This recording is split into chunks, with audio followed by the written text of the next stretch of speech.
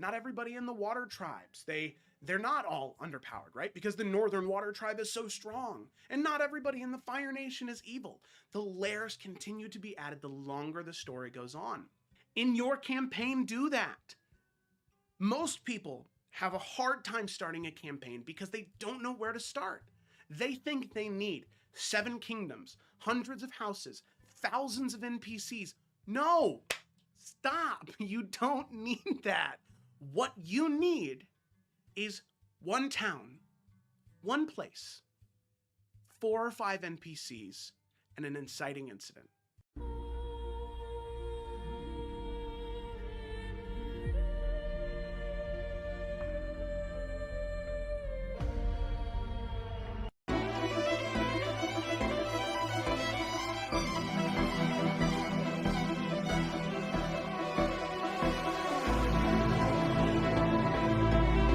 Every day I wake up and I hope you're dead.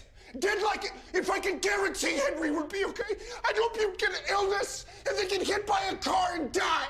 In this video, we're going to talk about secondary objectives, a way to make your combat encounters spicy, delicious, fantastic.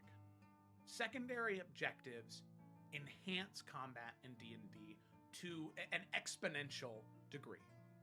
Let's go ahead and dive into number 10. Rescue missions. Task your players with rescuing an NPC or retrieving an item during combat. It will help add layers of urgency and potentially even a moral dilemma. My favorite example of this is instead of sending the players to kill the goblin camp that may raid the village, right? That's a consequence. Sometimes that's good enough. The goblins abducted the blacksmith. And now they need to save the blacksmith and kill the goblins. It's a secondary objective that spices things up. You people should be thanking Christ that I am who and what I am because you need me. You need me to save you. You do. I am the only one who possibly can. You're not the real heroes. I'm the real hero.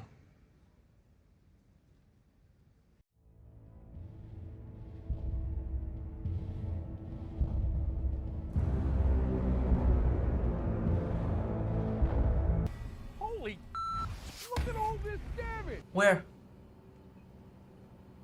Where? Where, Dwight? Seems like you already know where. Hi, I'm Saul Goodman. Did you know that you have rights? The Constitution says you do, and so do I. I believe that until proven guilty, every man, woman, and child in this country is innocent. Now it's left to me to deal with him. You can't. If you try to interfere, this becomes a much simpler matter. I will kill your wife. I will kill your son. I will kill your infant daughter. But for now, we're going to look at a slightly different system that doesn't just affect the moment of death, but the moments before death. Something that makes combat more grounded, horror more horrifying, and sacrifices all the more heroic. Picture a movie fight scene.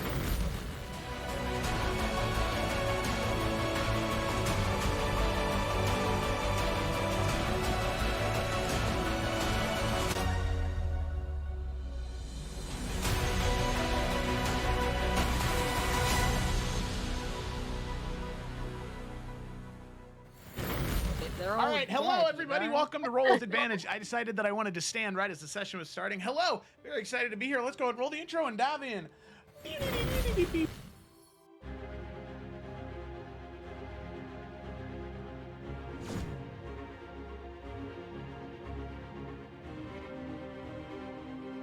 I don't care. If I have to die, I am not spending another second under your control.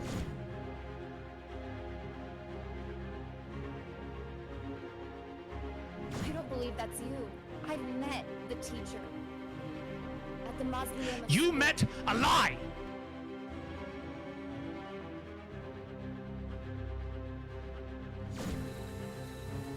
don't want to watch the people I love die and do nothing.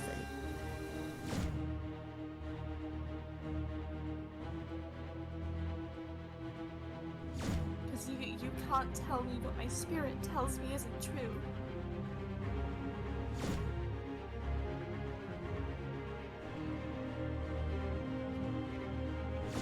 I'm a pretty good judge of character, so, you know, just keep that in mind. I suppose that's right.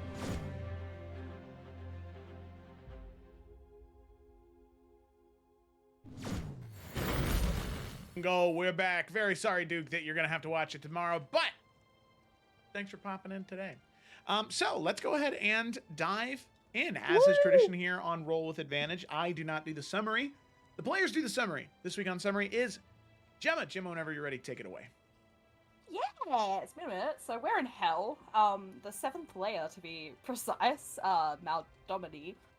And the layer is just bad. It smells bad. All the ruins are just bad. Everything's just broken. So that's where we are. And so to get some direction in this place, we find a blind tiefling man who is named Erethdor. And he is able to explain that where we are is outside this maze that surrounds the city of Nessus, and that getting through said maze is hardly an easy thing to do, as most who travel through need to pay a pretty hefty price to a bunch of imps, I believe, that manage the going in and out. There's a word for that, don't know what it is. So the reason why the place is so protected is that there's many valuables and important contracts that are contained within the ruined city. And so, you know, need protection and not let just random people going in there and try to break contracts. That would be totally bad. So we talk to Erethdor some more. We get his position in all of this. Mostly that his brother is Vexus Flameborn, the tiefling that the party were told to try and seek out in order to help transport to the other planes. We also learned that the 2 brothers were originally from the material plane, and from Raven Rock specifically. But when they were very small kids, they were pulled into a contract with the Erinies Sariel. The party offered to potentially help break their contracts if, in turn, Erethdor's brother can assist with interplanar travel. Erethdor, wanting to obviously get out of the contract, brings the party to the Twisted Helm to discuss further with his brother. And Vexus basically refused on the grounds of the party only being a part of a long list of people requesting his services that he cannot so easily provide. And he is not so thrilled about the idea of being freed from his contract, as he's only really ever known the Hells and is quite fond of the power that the contract provides him. Lila attempts to detect his thoughts during their discussion, only to be blocked and prompting Sariel to make an appearance, not liking people meddling with her pet. Sariel questions the party on their business and pieces together some of their plans in the Hells. Surprisingly though, she wishes to be an ally, as her own soul is owned by Asmodeus, and so any coup against him will only benefit her as far as she's concerned. She designates both the brothers to join the party, and although there's a bit of suspicion of if they're going to be spying on us or not, we do agree. And then Vexus takes us to the Feywild, which is a complete opposite place to the Hells, and a place of just seemingly endless splendor and beauty. When we get there, the spirit of Elendara resonates with being returned to her home plane, and the Dryad's spirit is able to take a limited form whilst they're there. And she suggests that the party heads to the great city of Lysanorith, her old home, and one of the great cities of the Feywild, in order to get a weapon that they need. Reaching the city, the party are met by guards that have armor that are reminiscent to that of the Green Knight armor. They are told that if they wish to acquire a Fey weapon, that they must first gain the approval of the council. Ba-ba-ba, that's where we left off. Fantastic. And that is right where we're going to pick up. All of you have made your way into the beautiful, sprawling metropolis, the great city of Lysanorith. You are now entrenched in the city streets, and it is somehow ancient and incredibly advanced all at the same time. These mechanisms that are carved entirely from wood and stone transport individuals through the sky, arcane runes etched into the bottom of them, taking them up to these massive pedals up in the sky. You walk through the streets, heading towards where you believe to be, and where Elendara directs you is the home of the council. So, as all of you move throughout the city streets, you can see a vast majority of individuals peddling goods, selling items, and just taking in the merriment of the day and basking in revelry. Creatures from elves to Eladrin to elementals to satyrs and other mystical creatures like pixies and fairies, all mingling about freely as if they were half-orcs, humans, and dwarves of the material plane.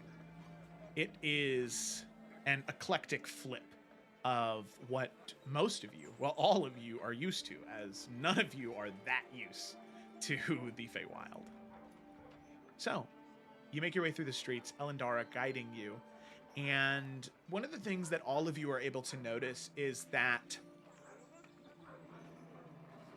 many of the people here, they give you second glances. They look in your direction. They maybe stop talking for a moment, watching you walk by, as, well, outsiders are normal-ish in Lysanorith. 3 tieflings and a drow is not something that is so normal. You can see that Twig and Lila, you receive the least amount of second glances, being an Eladrin and a human that is very obviously connected to nature. But all of you continue to make your way through the city until eventually you arrive at the Great Tower, the home of the Grand Court of Lysanorith. You can see there are 2 more guards, individuals that seem connected to, or at least imitations of, the Green Knight. As you approach, they nod to you, seemingly knowing of what your purpose is here, and they don't stop you from walking in. They open the doors for you, and they allow you to enter. Thanks, gents. Okay. Alrighty. So, you enter into the Grand Tower, and there are these pedal platforms within that elevate you up. And following Elendara's direction, you stand atop the pedals, and you rise. So incredibly high up. Until eventually, you enter what you believe to be the Grand Court of Lysanorith. A mixing and melding of tree and stone, jade sung into the ground. It seems so natural the way that this bright green material glows and melds with stone, inlaid with gold, and all around there are these golden globes of light that just float around, mimicking the warmth of the sun. So, as all of you enter, you can see a collection of Fae sit here. Probably 30 Fae sit here. However, they sit in the chairs off to the side, 15 on each side. But then, at the very back of the room, there are 7 seats. And 7 very different individuals that stand there. There is a satyr that stands and begins to speak, announcing the individuals that sit in the seats. these great leaders of Lysanorth. You see the older satyr, his hair mostly turned various shades of white, only with a few traces of gold left, begins to announce them. It is my great honor to introduce the Fey Council of Lysanorth, as we have surprise visitors on this day from a different realm, but we greet them the same, considering the connections we all know they share with the Feywild and with individuals born of it. The Fey Council, I introduce thusly, and you see he gestures immediately to his left, the first chair. You can see there a flame spirit, this Ifrit, sitting there. Embrin, the Flame Whisperer, gesturing next to Embrin. A Naiad. Cascata, the Tides Council, gesturing one more over to a Sylph, which is an amalgamation of air and cloud wisped together in a vague form of a humanoid. Zafara, the Gale Enchanter. You see sitting next to the Sylph a gnome, an incredibly old gnome, much older than any you've seen in the material plane, and that is incredibly clear by the thick grooves of wrinkles that rest upon their face. The long braided white hair, incredibly clean and well kept, but hair that could only grow that long had it not been cut since the day this gnome took its first step. Terran, the Stoneheart Elder. Sitting next to Terran, there is an Eladrin. You can see the Eladrin, they exist in a multi-faceted state. All four elements swirling constantly around them. The hues of their form shifting between blue and red and green and gold. Aurelia, the Radiant Arbiter. Sitting next to her is an individual, a dryad, a woman that seems to almost have a militaristic look to her, bark armor, dressed similarly to the knights you've seen that protect the city. Sylvana, the Green Warden. And then in a chair, the final one, much too large for her form, you see this Winterborn she, which is a fairy, pretty much, a pixie. It's her skin is soft and vibrant blue and gold. There are these snowflakes that just drift off of her, almost, not very much smaller than she is.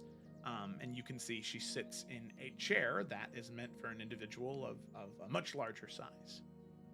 And finally, Frostvein, the Thawing Sentinel. And you can see the satyr takes a step back. And you can see Aurelia, the Eladrin, stand, the Radiant Arbiter. Welcome, Forerunners of Fate. We have heard much of your endeavors within the realms of the material plane and of the astral sea, and most recently we hear of the Nine Hells. We are curious what brings you to the Feywild, but know you stand here before us due to the connections you bear. We understand that while Elowyn, the Mother of Mountains, mostly presides over the material plane, her weight and her trust in you, young Twig Forester, that trust we also place in you. We cannot also ignore a Knight of the Green Lady, her chosen within our midst, It is a great honor, Knight of Roses and Thorns, Nalfian Forester.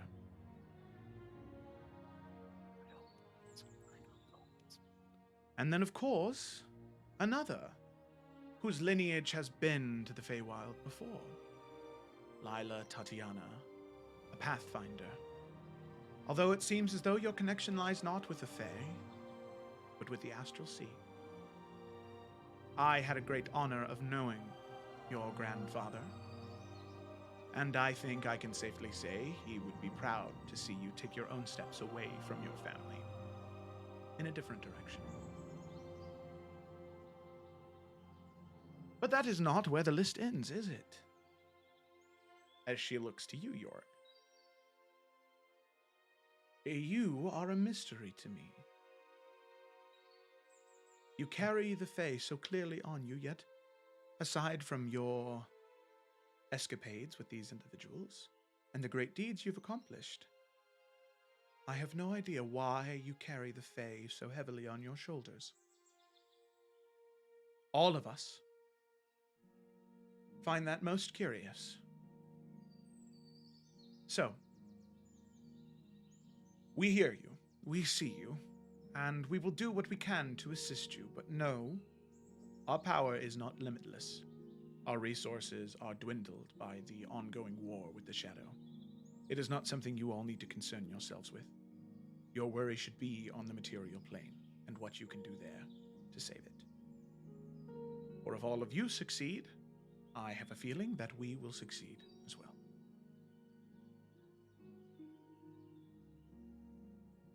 And with that, she will sit. I know Yorick wanted to have Go ahead. some. Okay, Lila will start it off at least, and say kind of like, I feel like Lila would know at least somewhat what a respectful approach would be. I don't know where we are in the room, but she will like either curtsy or do a small head bow or something as the floor is now with them, and she'll say, "Thank you so much. Yes, we are still in the fight against the Dark One, and in that process, we're needing to turn some tides in the Hells in order to make some big changes in the inevitable confrontation. We have, and the two of the outfit copiers, tieflings, are here in the room with us, right? Unless you chose to have them stay outside. What did we We decide? would have had them stay outside Okay. for sure. Okay. Then she'll speak. Do we feel like, I don't want to like start saying things if we feel like we're not comfortable, but like Lila will just say everything unless people have. No, I think being it's important for them to know, yeah. Yeah, being honest here is gonna be our best bet. Cool. All right, yeah. Then Lila will say, we have been informed that Glacia, daughter of Asmodeus, is wanting or already in a pact or agreement with the Dark One and planning on taking over the Hells. So, our plan is to make sure that doesn't happen, and since the throne of the Hells is up for grabs, we have a person to fill that position. If you are familiar with Eurydice Greenleaf, she's not here with us because she's currently, her spirit is in limbo holding that space. So she will be ideally taking over to not just stop what Glacia is doing to help the Dark One, but also keep a better reign on the Hells itself and from the influence of devils reaching the material plane. You see, as you say that, Sylvana, the Green Warden, she does raise a hand and looks to the rest of the council. That one's father, Eurydice, he is one of the wardens that manages the rifts to the Feywild. He has spoke highly of his daughter. I think that it is an admirable choice on her end to try to carry that burden. But If any of you are worried, I believe truly you can trust her judgment. Her father is a good man, and believe she carries that with her. And she'll gesture for you to continue going. And she'll just kind of add, yes, and she also is known as the Dawn Breaker? Bringer. Sorry, guys. She is also known as the Dawnbreaker. I know that has a great connection to Paler as well. But furthermore, the information we got, in order to defeat or to make sure Glacia is truly slain, she can only be permanently killed with a Fae-made weapon. So we need your help in that case. We don't want to handle this just for now. We want to permanently handle this and start a new beginning. You can see that the Ifrit, this individual with like skin that glimmers like molten rock and hair of waves and flames, you can see they sort of raise their hand very aggressively and begin to speak. I personally am not a fan of giving. I'm sorry, I can't hear you, Yo, Joe. that is unintelligible, my love. Oh, dang, really? Still? Yeah. Oh, dang, really came through. That was Okay, it. I think I was hitting the button the wrong way. Can you hear me now? Not well. Okay, it's whatever. All right, so he says, I do not stand by giving them weapons. As all of you know, and as they should know. And if they do not, very well. But in order to slay any of the Fae Council, weapons from the Fae is what's necessary. Forged by our forge. To give them these weapons, sure, they may be strong. They may be able to wield them now, but what happens if they are to be stolen? Used against us? I do not know about all of you, but as much trust as we place in them, I do not know if I am comfortable putting our own demise in their hands.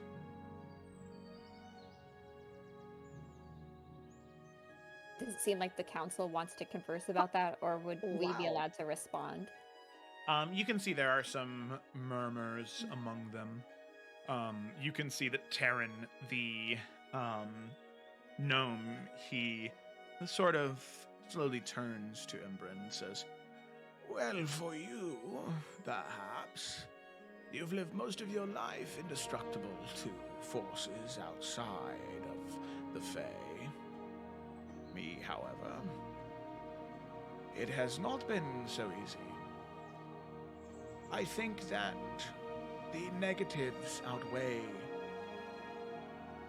the positives for you, perhaps. But if you set aside your own self-preservation, Embern, I think you'll see that this is the correct choice. It would be foolish to not give them the tool necessary to stop this, at least what's happening in the Hells. Question. Mm-hmm. When Lila mentioned that like Glacia can only be slain by a Fae weapon, do any of them seem surprised or confused? Like, why would that be the case? Yeah, you can see that's part of the reason why the whispering is happening. They're talking amongst themselves before projecting that outward. Sorry, I was just like, do these guys know shit that they shouldn't know? That's interesting. Lila and Yorick, you probably just could perceive well enough that she definitely left that out as a Yorick, you can decide whether you want to add the why information, but Lila won't say that part. Yeah. Yeah, I think Yorick's going to step forward. I think there's someone who can speak a little bit more on that than even I can, if you're willing to listen to one more person. And Yorick is going to grab the lantern, he's going to set it down and kind of take a step back.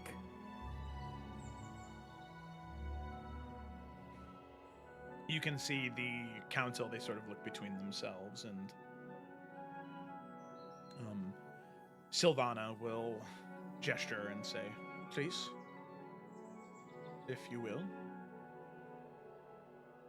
And as you sort of look towards the lantern, having been given the permission. Okay.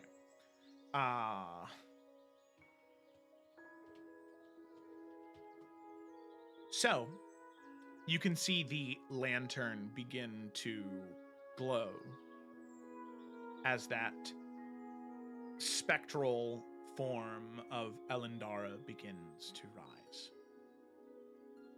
And you can see all of the faces of the council and of the, not just the main council, but everyone in this room, jaws begin to drop. Seeing a form that they all recognize as Elendara stands clear.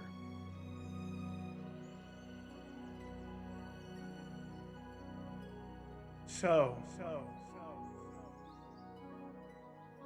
this is now who rules this council. Some faces I am pleased to see. Others, I am not. But regardless, you all must understand something. I do not know what efforts you invested into trying to save me. Hopefully some, if any. These individuals entered the Hells.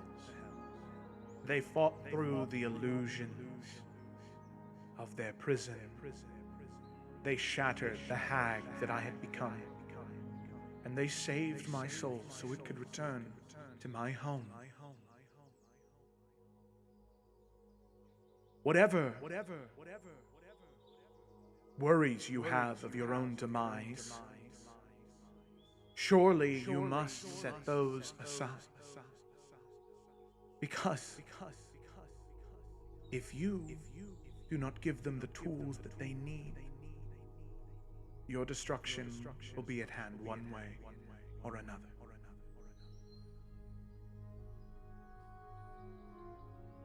You can see Sylvana immediately stand and drop to a knee in front of Elendara. An extreme amount of respect there. You may rise, Sylvana. You hold my seat of power well. The city seems well guarded and well protected. And you can see Sylvana will rise and return to her seat. You can see all of the council, the whispers stop as they all just look to each other. And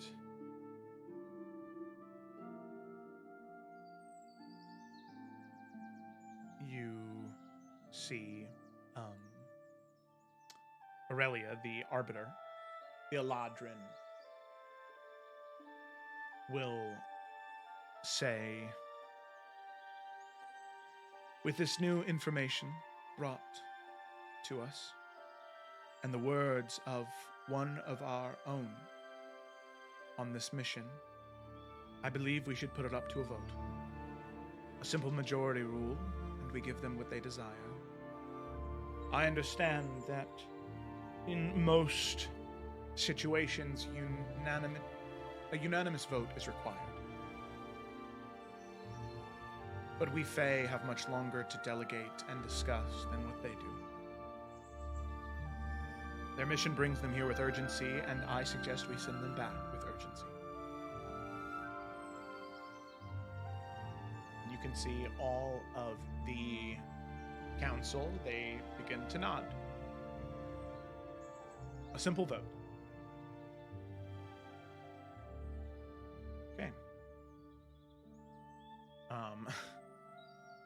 So, with that being decided, a vote is had. You see that Descending from the ceiling, these petals begin to fall. One for each one of the council members. The 7 for the one sitting at the end, and then the 30 for the others. You can see each one of them grab one of these petals, and within their fingertips as they hold it, the petal either burns or begins to glow a dull pink. A burning petal for no and a glow for yes. And you can see as they do, Aurelia, she closes her eyes and she counts, feeling the magic. And as she opens them, the count done, the petals return to the sky, and she says, "Very well. With the totals counted,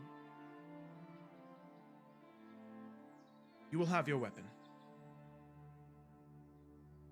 You will go to Celadine. I will lead you to him. Celadine Starforge and the Sylvan Anvil will be what you need. He will be able to craft something forged in the Feywild with its magic that will give you the tool you need. However, Yorick Nassim, there still is an unanswered question. Right. Yeah. Sorry, got caught up in the moment.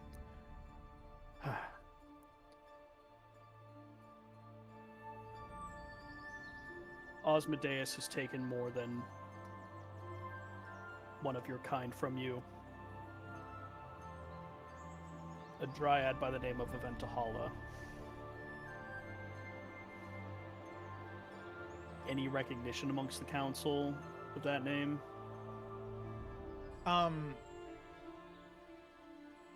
There's only one person that recognizes the name, and that's Sylvana. Osmodeus took her and, out of rage and spite and jealousy, he forcefully cast her into the hells and turned her into a devil. You can see the whispers. The whispers among the council begin to grow into almost these shouts and yells. Individuals arguing at the story that you know is truthful, but you tell it seems illogical. It seems impossible to these Fae. And you can see Aurelia stands, her form shifting to summer bright reds encompassing her entire body as her voice echoes out, "Silence! Quiet!"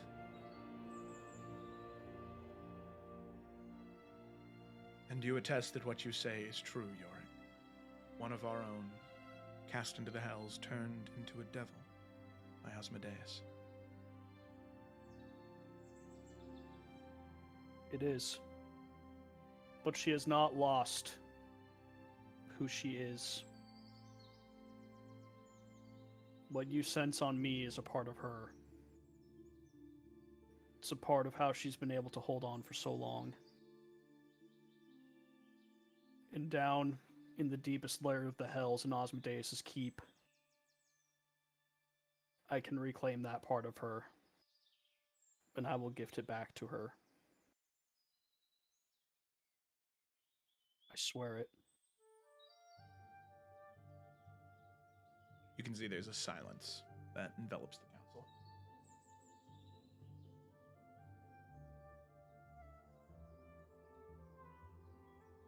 And you can see Terran, the gnome, says, "What you mean to do is incredibly brave. However, I am not sure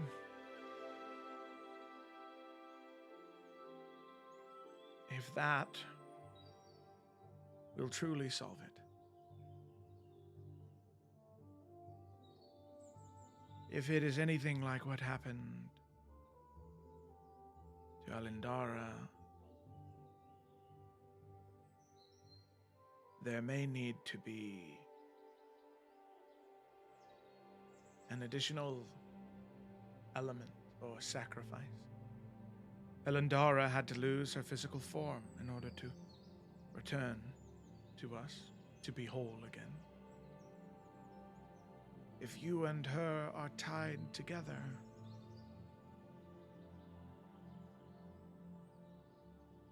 it is said that devils, when they own a soul,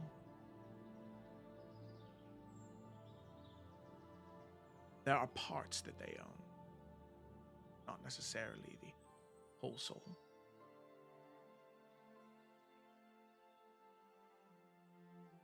When she is broken free of that curse,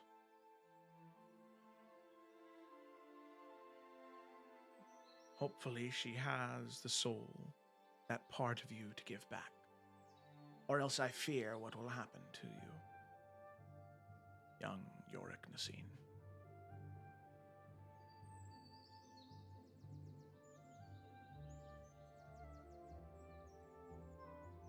And yet my oath remains.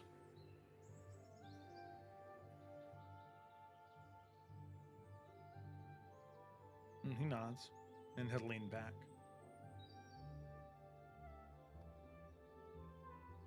And you can see Cascada, the naiad, the water elemental. You can see she looks to you, Yorick, and looks to the rest of you, and says, well, what you attempt to do, I wish you the best in it. I believe I can safely say we all do. For there is no crueler fate that any of us can think of, imagine, than being ripped from our home and never allowed to return. Hopefully you succeed. Hopefully you live. And hopefully she can return to us.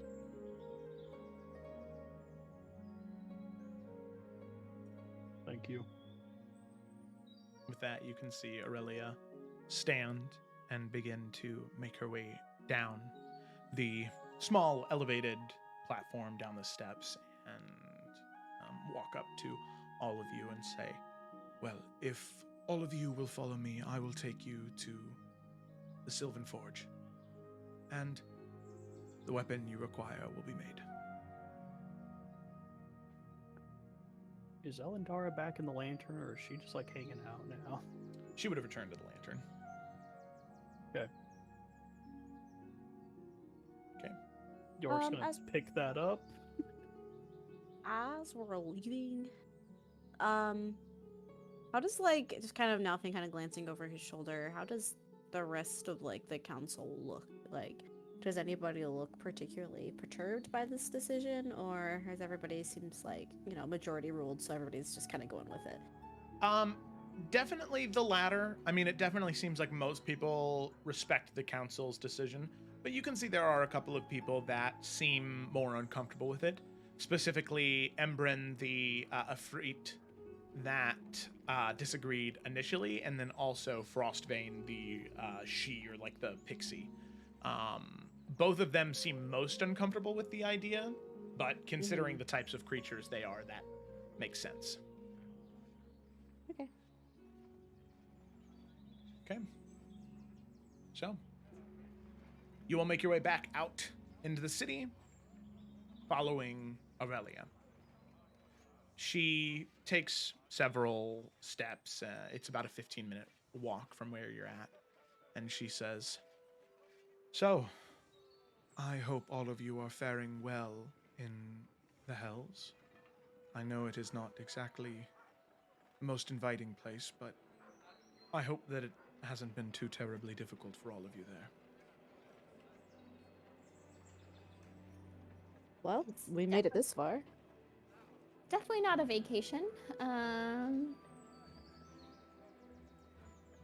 not stoked to go back. This place is better than the books and anything I could have dreamed. It Yeah, is it's quite lovely. a beautiful home, yes, yes. And what about the 2 tieflings you brought with you? What Are they with us back now? Are they like still waiting where we left them, I assume? It's up to you guys. Well, I mean, Do we walk out past them? Like, which way is the, I guess, You would have walked out past them. forge? Oh, I mean, we should probably grab they- them. Yeah. they know we need a Fey weapon, right? We just Yeah. haven't told them what it's for. Correct. Yes. Yeah. Yeah, they can come with now. Okay. Then Aurelia's question does not change. But what Well, about 'em? they were our access to leave the house. It's apparently very difficult to do planar travel from just any layer. Yes, it is. And Very difficult from the hells, but I am an expert in planar travel, especially when navigating the thick tape of bureaucracy. Lila that like exists steps within in the front of hells. him and is like, so yeah, they helped us anyway. And she like kind of like with Aurelia just tries to lead a little faster in front of everybody away. Truthfully, a master of the arcane. I think they get it. No, pats him on the shoulder. He just kind of shrugs, and Arathor, as he's sort of walking next to his brother, he sort of leans over to him and says, "What exactly are you trying to do? I mean, if things fall through with them and Lady Sariel, maybe we could be useful to the Fae, you know? I'm still standing right here. Well, if things fall through with you and everything in the hells, then perhaps we could be useful to the Fae." Let's not forget we are guests here. And I was just being kind. Mm. Now he's just gonna walk slightly behind them.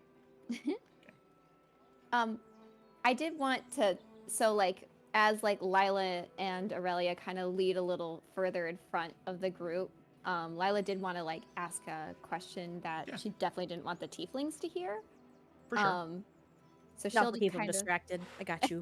yeah, she'll just kind of look over her shoulder, make sure there's some distance, and just say a little bit more quietly, I know this is a question that we don't want just anybody to hear, but I was just curious, how is everything going on the Feywild side of this fight against the Dark One? And do you have any information that could help us?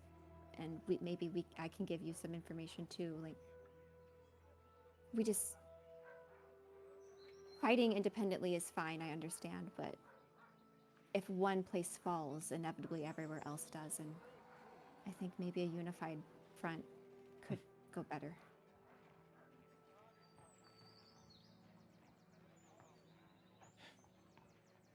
I admire your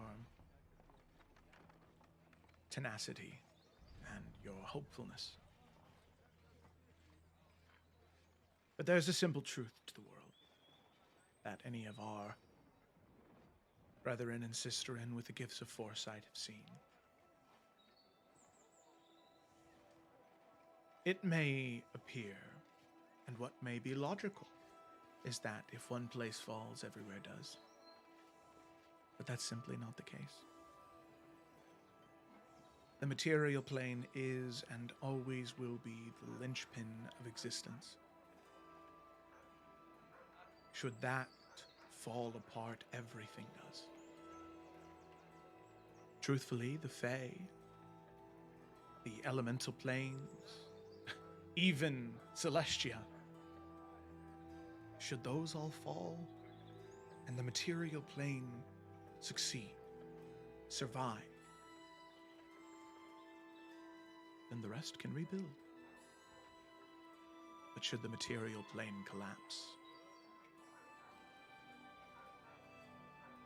it's all for naught. So if I'm being entirely honest with you, as much as I would love to learn the secrets that you all have discovered to fight the Dark One, to beat him, if I do fall in battle. If Lysanorith is destroyed, and I am consumed by the shadow, I would prefer that those secrets stay safe with you, and not fall into his clutches. I'm sorry, I wish that I could be as hopeful as you are. Several thousand years of war teaches me otherwise.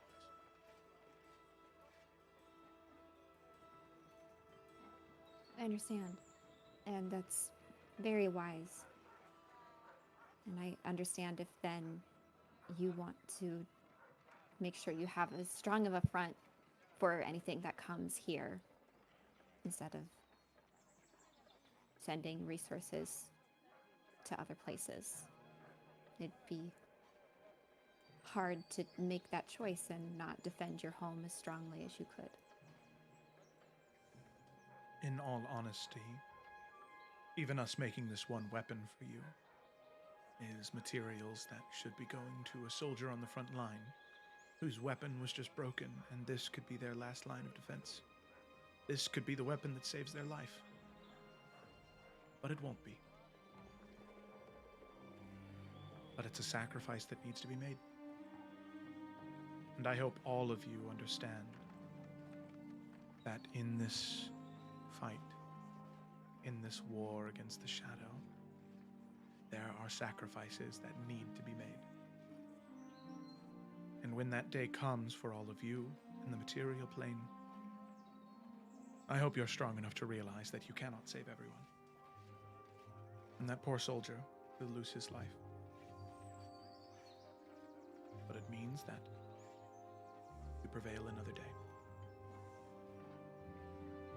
Lila will kind of like almost like stop after she said that and rummage through her things, and she'll pull out both of her longbows, the star-crossed one and her golden one, and say, I don't know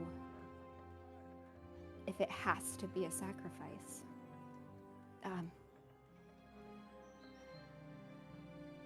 Whichever one. I don't need both. I guess what I'm trying to say is, don't throw away when we could just share. It's an exchange. This one I have more sentimental value to, so I may, return your guys' weapon and come back for this one if this suits better, but please, we can help each other, even if it's not knowledge. There's no need for that soldier to pass just because of circumstances.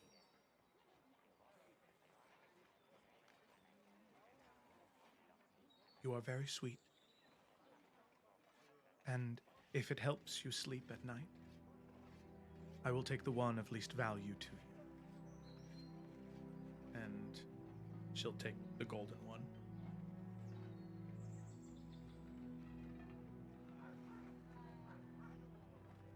But know that my point still stands. The Fae are connected to their weapons, and while a bow carved from wood made by a Fletcher, the very finest of that of the material plane, it's not a weapon that listens, that communes, that speaks, that sees. It's not a weapon of the Fae, wielded by a Fae warden. You've bought a soldier time, but you haven't saved him. I don't say this to disparage you. I hope you take it as a valuable lesson. One that took me many, many, many hundreds of years to learn.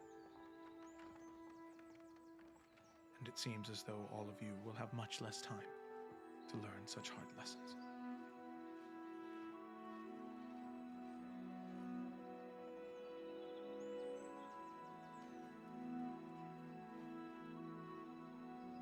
I won't change your mind. I understand. But I hope it helps you know that we've been told that something couldn't happen multiple times, and we've been the difference. We're actively trying to reshape everything. And that's as much information as I'm willing to part because of what you said. But that bow, with my connection to Corellian, has done me a lot of good and got me here. It may not be Fae-made, but I think the hope and the belief in ourselves will be the difference, not just the materials. But I understand what you're saying. She'll nod, and she'll say, although you two are very different, you and your grandfather are very much alike. I met his spirit once. That was nice.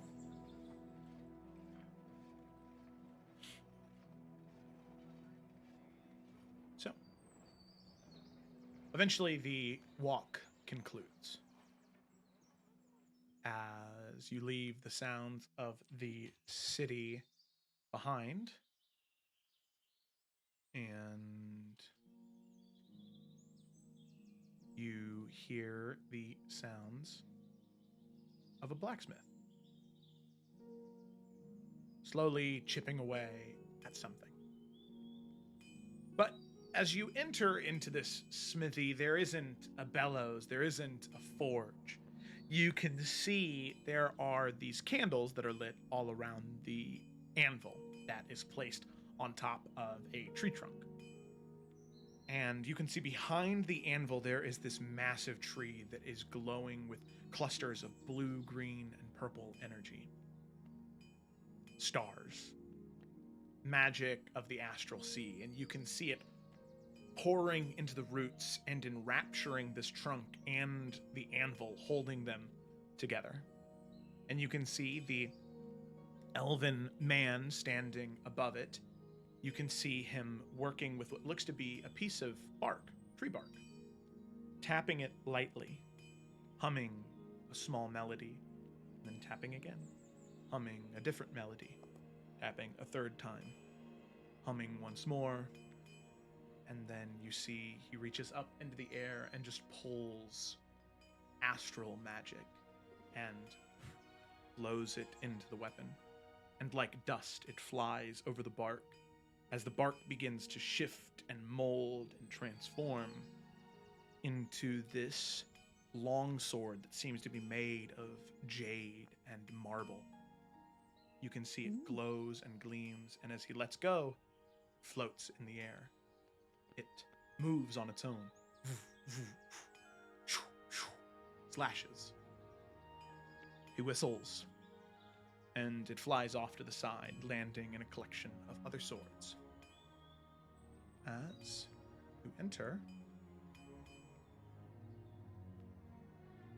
the Sylvan Forge, in the Forge of Celadine Starforge.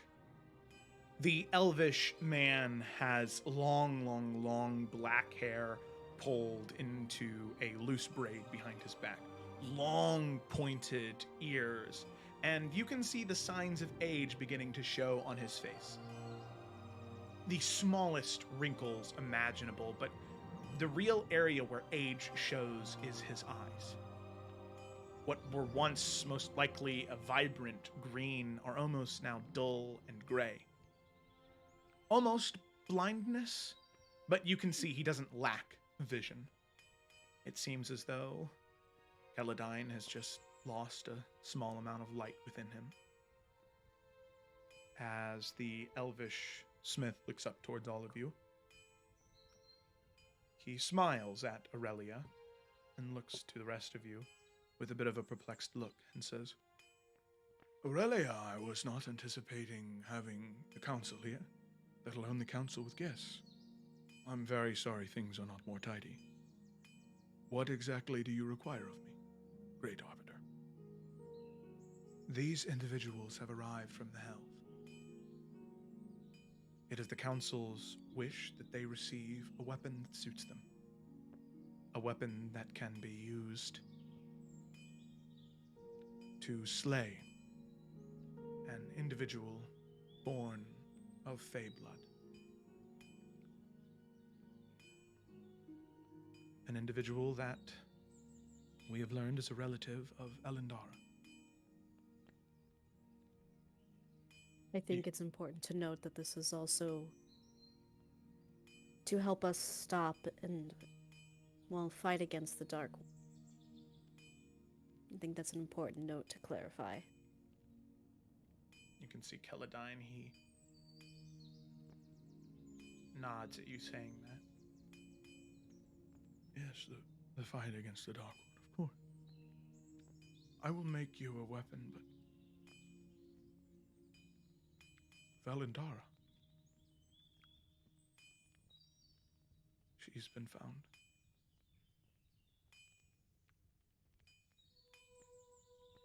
You can see Aurelia will look to you, Yorick, as you're the one who carries her spirit.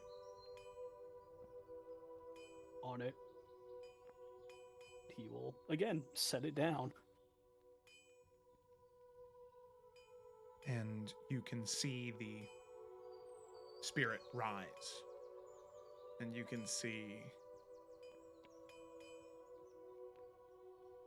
both individuals gaze upon each other. Elendara, she speaks, her voice echoing out in the forge.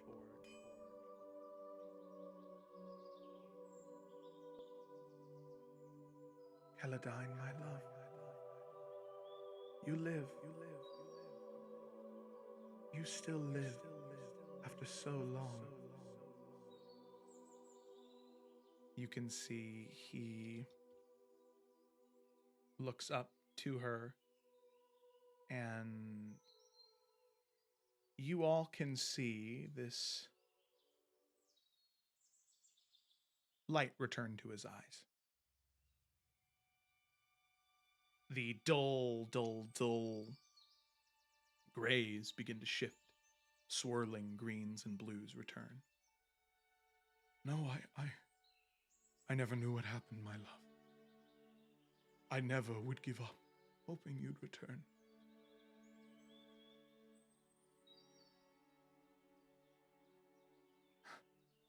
And here you are. As beautiful as the day you left. You can see Elendara's spirit moves over and lightly touches his face, the ethereal hand phasing through. But you can see Celadine, he smiles, just feeling barely that touch. And you can see Elendara just sort of lean into him a bit as the two of them share this ethereal hug, this embrace. And you can see, strangely, Yorick, Elendara returns to the lantern in the embrace. She was out much shorter than she was before. But seemingly the return to the lantern wasn't her choice. She was pulled back. You can see Celadine, the color in his eyes begin to fade, returning to the grays that they were before. I see. She was slain then, her physical form.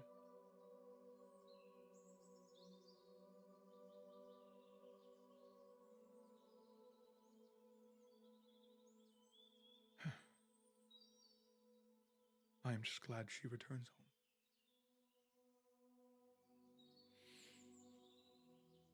home. Very well. You see he looks to the lantern, but talks to all of you as he stares at the lantern. You all seek a weapon then? for this gift you bestow upon me, just being able to gaze upon my love once more. I will craft you a weapon.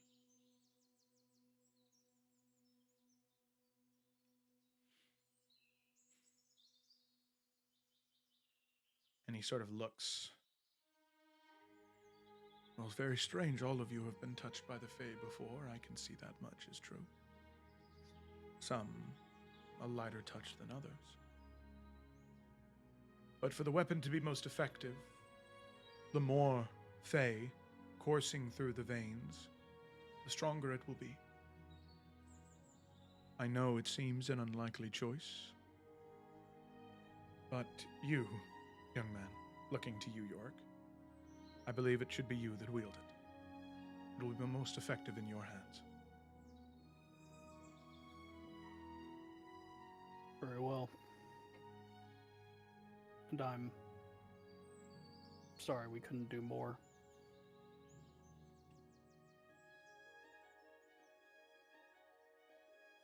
He looks to you, confused almost. Do not apologize.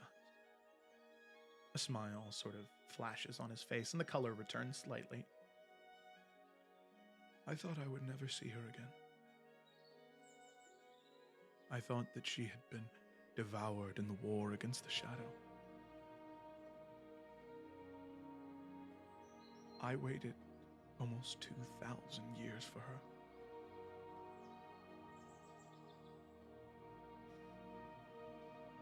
If I was never able to see her face again, I could die a happy man. Because I got to see her once more. You have done me such a great service. I will never be able to repay it. But hopefully this weapon will suffice.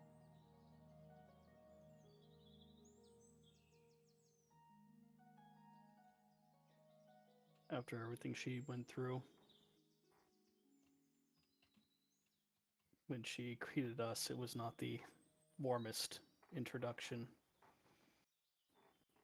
To speak as she did to you, she must have loved you a great deal.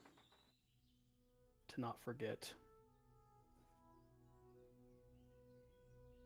And York will just take the lamp and he'll set it on somewhere that it can just stay there. Yeah, you can see he sort of directs you. There's a spot within the astral tree that you can kind of nestle it in. So it's a little off balance, sorry.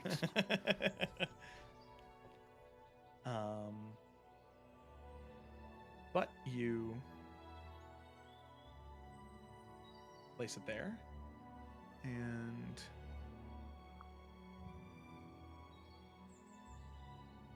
you can see the magic of the tree begin to swirl around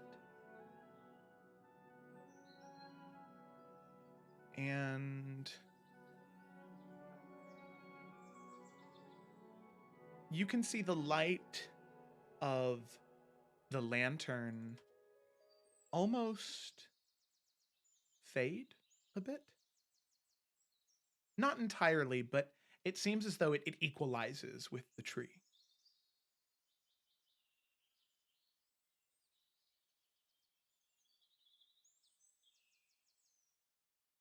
And you begin to hear this just ethereal singing begin to fill the area. Begins to fill the forge.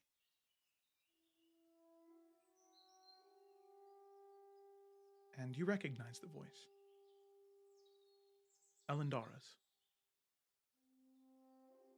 A voice filling the quiet, empty space that was once just the small hums of Celadine.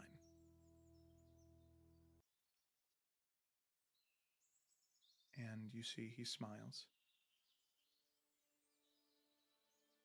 And you can see the light return to his eyes fully. Very good. A weapon, I shall make you. A great one, at that. The glaive, is it your primary weapon, the one you fight best with? It is. I have just the idea. And you can see he begins to pull wisps of magic from the air. You see he places his hand on a tree and pulls off a bit of bark.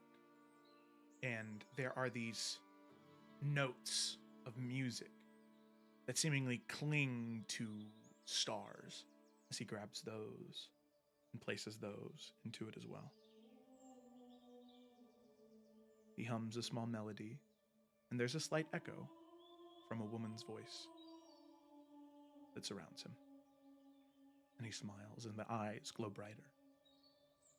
As 6 or 7 times, he strings together this beautiful melody. And as he brings it up, gripping onto dust, instead of him grabbing that astral dust that he blew before, you see him reach up and he grabs a hand. And he pulls the hand down together with him. And you see this form of magic and astral stardust form the face of Elendara as both blow on the piece of bark together. They share a smile as she fades back into the magic above. And as the dust settles, what forms there isn't exactly what you expected, Yorick. You see what looks to be almost a short sword, but it has no handle. Instead, it has a hole in the bottom. And you've seen these. They are slender blades that are meant to attach to the butt end of a glaive.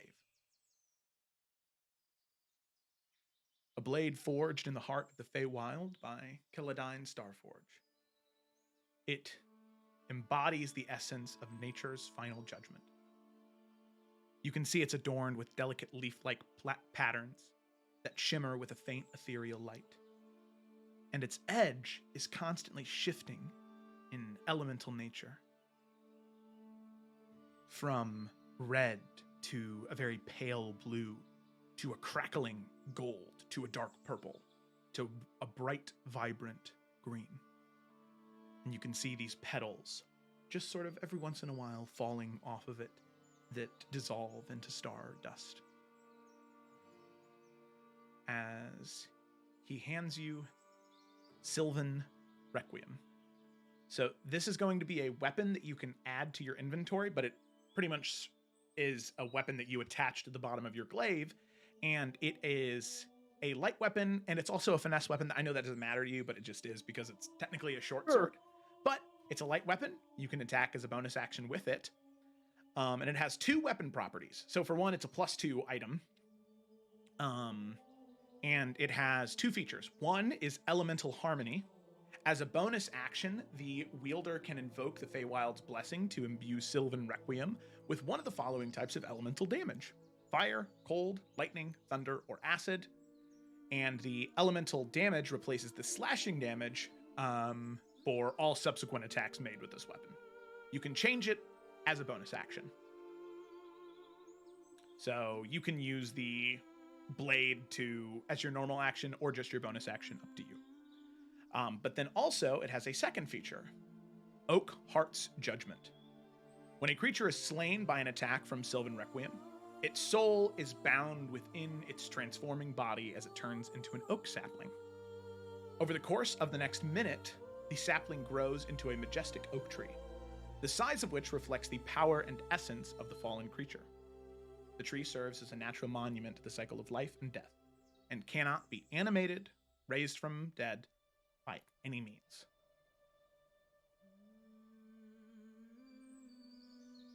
Damn.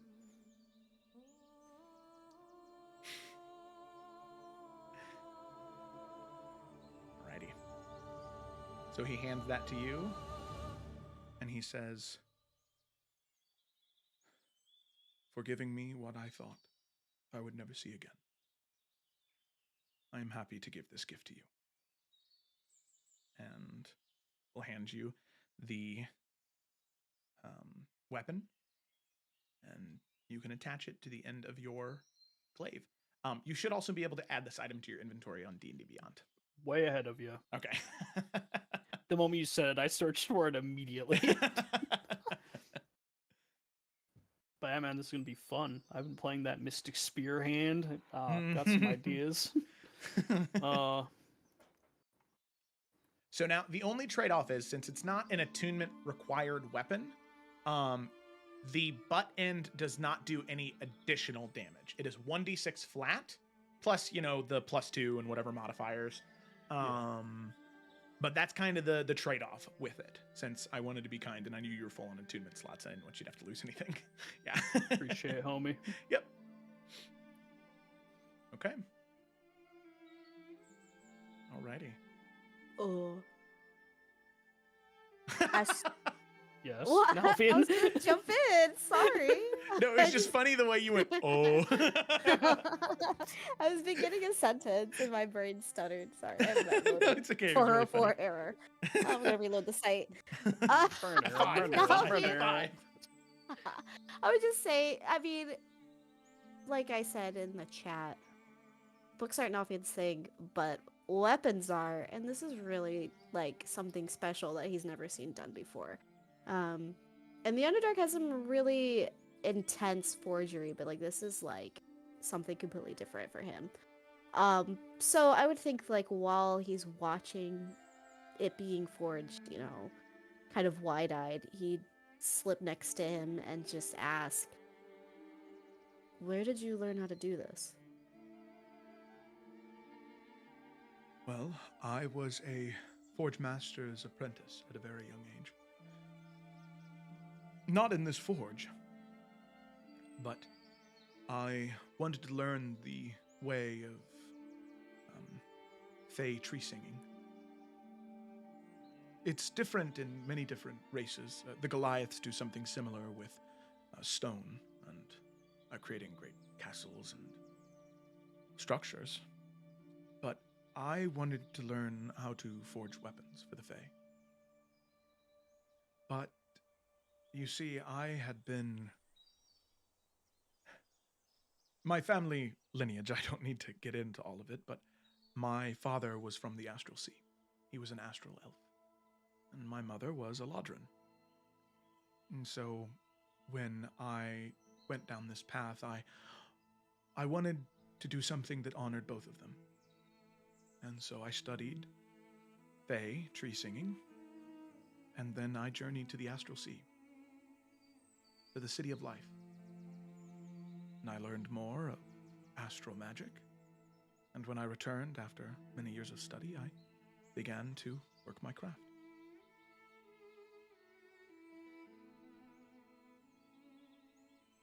In fact, it's funny, I am somewhat of a novice at astral magic. There were some smiths, strange creatures that had been written about from the past. Individuals who could pull threads of astral magic and create them from scratch. Well, I don't have an affinity towards magic, that's for sure, but it's fascinating. My friend, you must be joking me. I can see it so clearly on you. Well, I mean, I guess dunamancy isn't really... It's not this. You see, he looks at you so confused and with this astonished look on his face. Would you believe me if I said I had no ability to cast spells or conjure magic of any kind outside of this forge? No. Well, no, I wouldn't. Then I guess I'm going to have to convince you. I don't know the best way to do that. I don't think that does it, does it? As he just sort of gestures his hands like he casts a spell. He's so goofy. I love him. I'm convinced. I am. So I could learn how to do this, is what you're saying. You could learn to do something much, much, much different. Something that I could never dream of doing. Now Nalfian looks skeptical. You could learn through tree singing. You could learn how to weave time into a weapon. I'm sure that you have done it yourself before. You must have some way that you manifest it.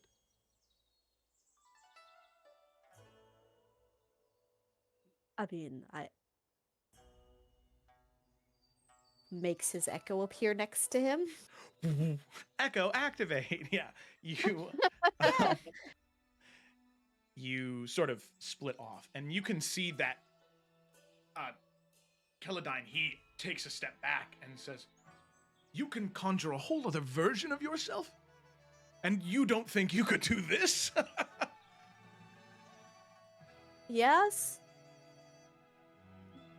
Listen, I'm. No, I don't mean to normal disrespect for me. you at all. I think that this is. I guess they say that we are our own biggest enemy, and that is. Oh, you have no idea. I don't think we have time to get into that. They one. both laugh.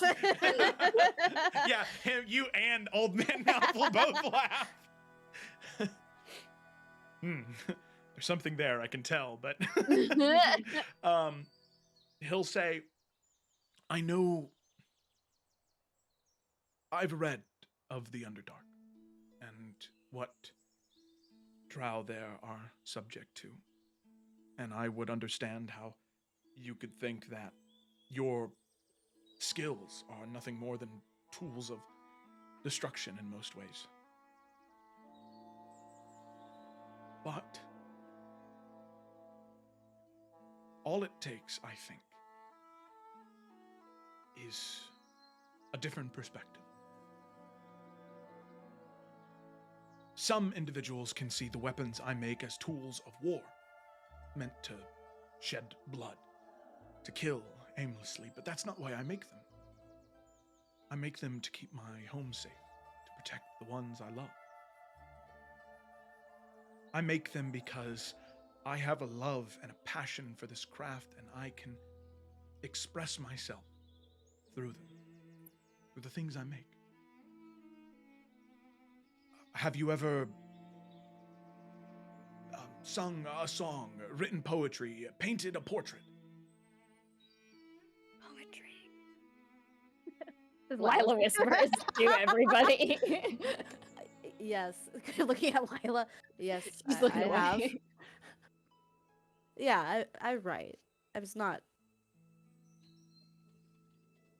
He's very good. Epics. He's being way too modest. How come I haven't read anything you wrote? When we get back, I'll let you read everything. Oh, sick.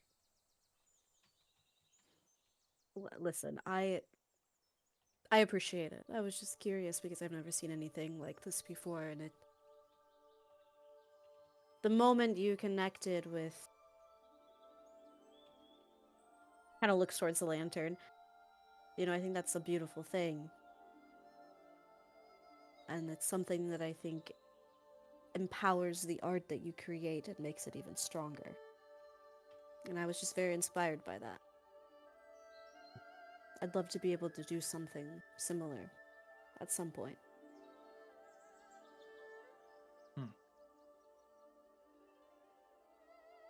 But I'm kind of looking at everybody else. I don't want to take up too much more of your time. But thank you for allowing us to be a part of this. And of course, for making the blade.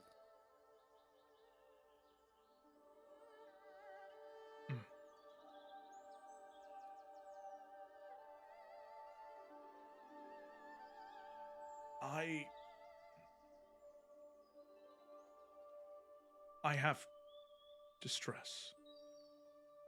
If you wish to learn the basics of tree singing, I would teach you now. It doesn't take very long. And you don't need a forge like this.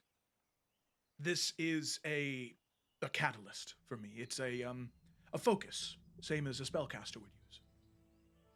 But you can begin to work on something. You can begin to attempt to craft something.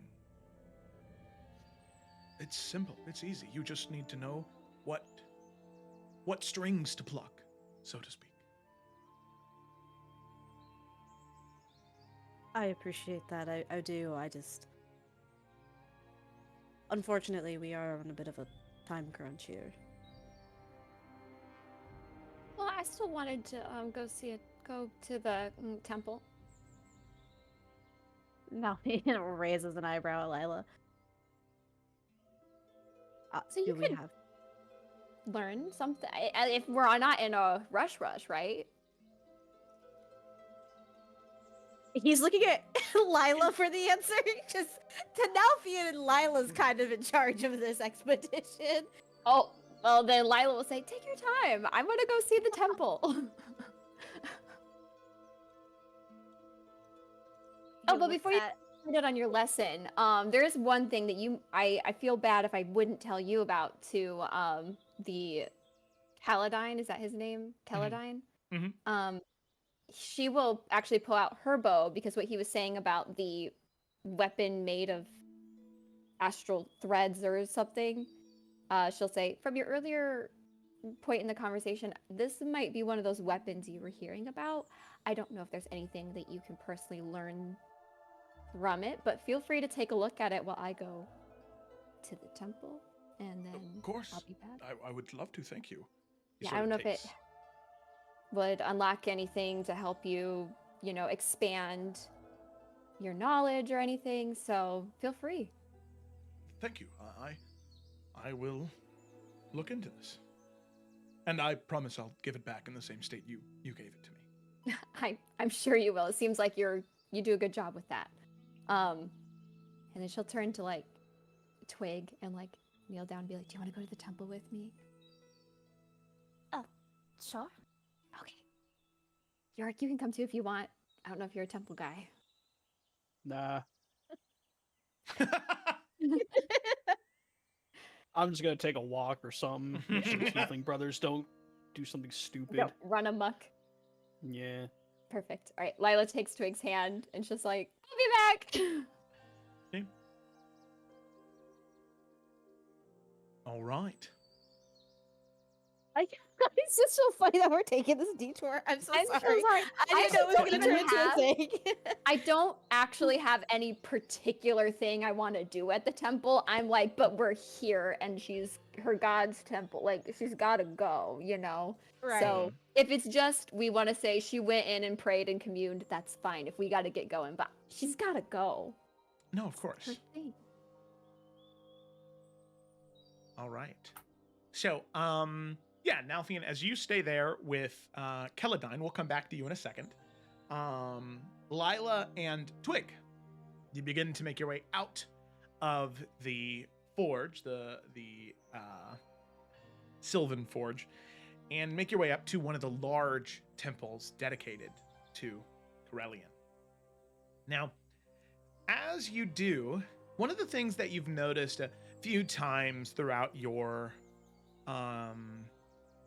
in going from the Grand Council to going to here to just entering the city, something very strange that you see is there are these wisps of energy that move throughout the air. They move with purpose, with conviction. They're all various shapes and sizes. They don't seem like light because the sun is blaring in the sky.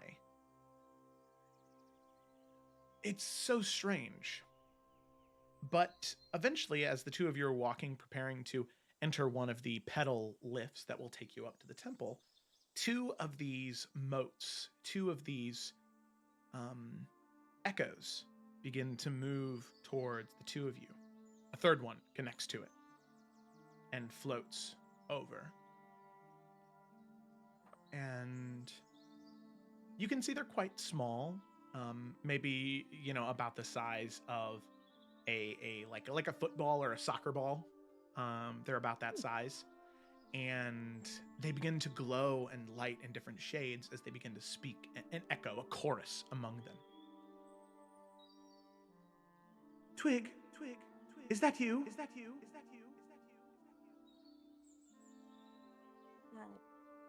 Yes? Oh, so good to see you, friend. It's been so long. Can Twig put anything together of what those things are? It's kind of hard. You're not super sure. I mean, right now they're just like globules of spirit energy. You're not exactly sure what they are. Okay. And she's just like looking at Lila as she's saying this. Right, yeah, I'm sorry, I don't know. Wait, you probably don't recognize us. We're so very sorry about that. This is how we move around in the Feywild, but I suppose you're used to something a little different.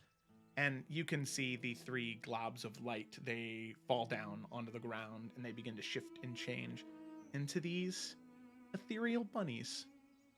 The same ones that you took care of, that you nurtured outside of the villa in Sandpoint. Yeah, she immediately, like, dropped to kneel and just gave them a little scritch. Oh, yes. Oh, we miss these. Wait, so you're Faye? Well, yes, we are. Oh, I'm sorry, I never realized. No, it's okay. You weren't meant to. Oh. Okay. We were sent. We were, from Naluvir? From your mother. We were there to watch over you. We couldn't do much. We are just simple sprites, but you gave really good belly scratches, so we didn't complain. You were sent from them? Mm-hmm.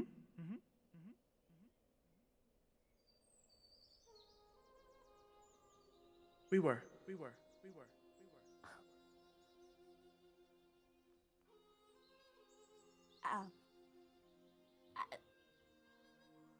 Thank you. I guess I don't know what to say. I didn't.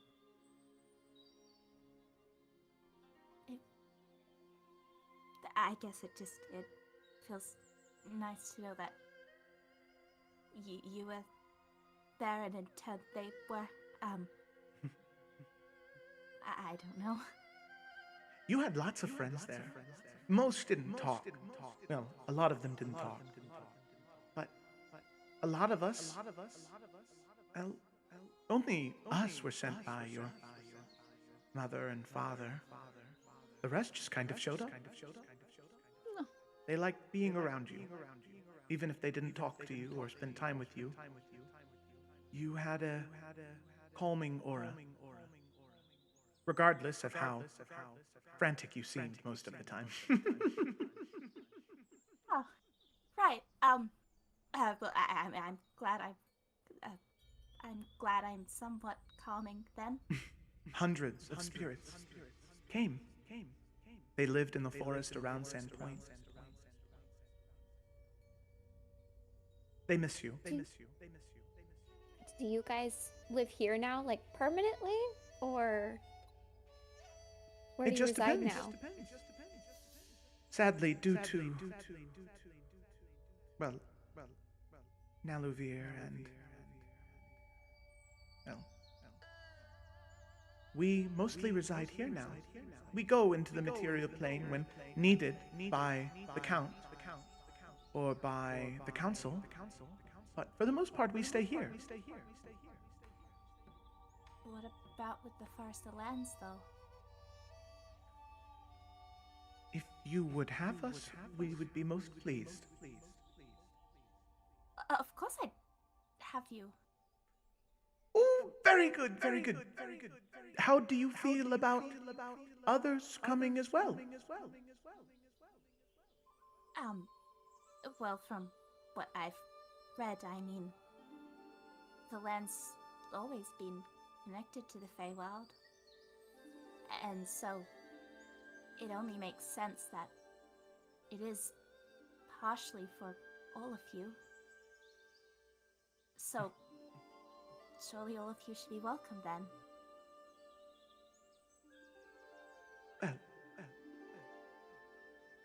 That would be very kind. And if you will have us, we will come. And we'll be useful. If the land is sick, we'll help take care of it. Well, it's probably still far from the glory it used to be, but it's getting better. And if you are able to help, then, well, I couldn't be more grateful then. Well, we'll go to the Forester land. And we'll help in whatever way we can. Thank you. Twig. I think I should be the one thanking you, honestly. Well, if you insist, we'll take the thanks.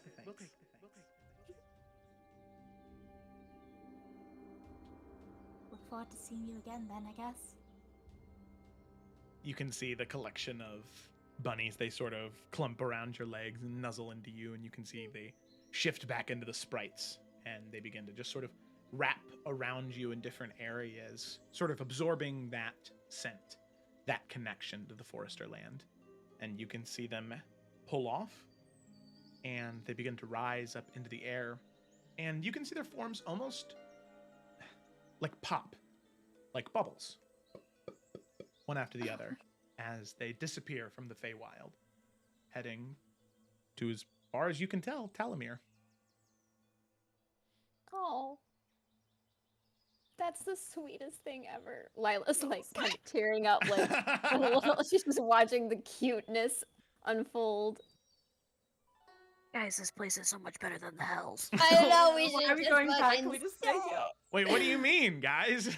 You know what? You guys stay here. I'll go take care of it. Okay. God, let's go. Sounds good. Don't fucking Thanks. solo the Hells. I believe in It's a him. good deal. Thanks, Yorick. Everyone's Alrighty. having a nice tea time in the Fae. Cuts back to York with the Doom Eternal music, just cutting through everyone. Alrighty. You So, can do it.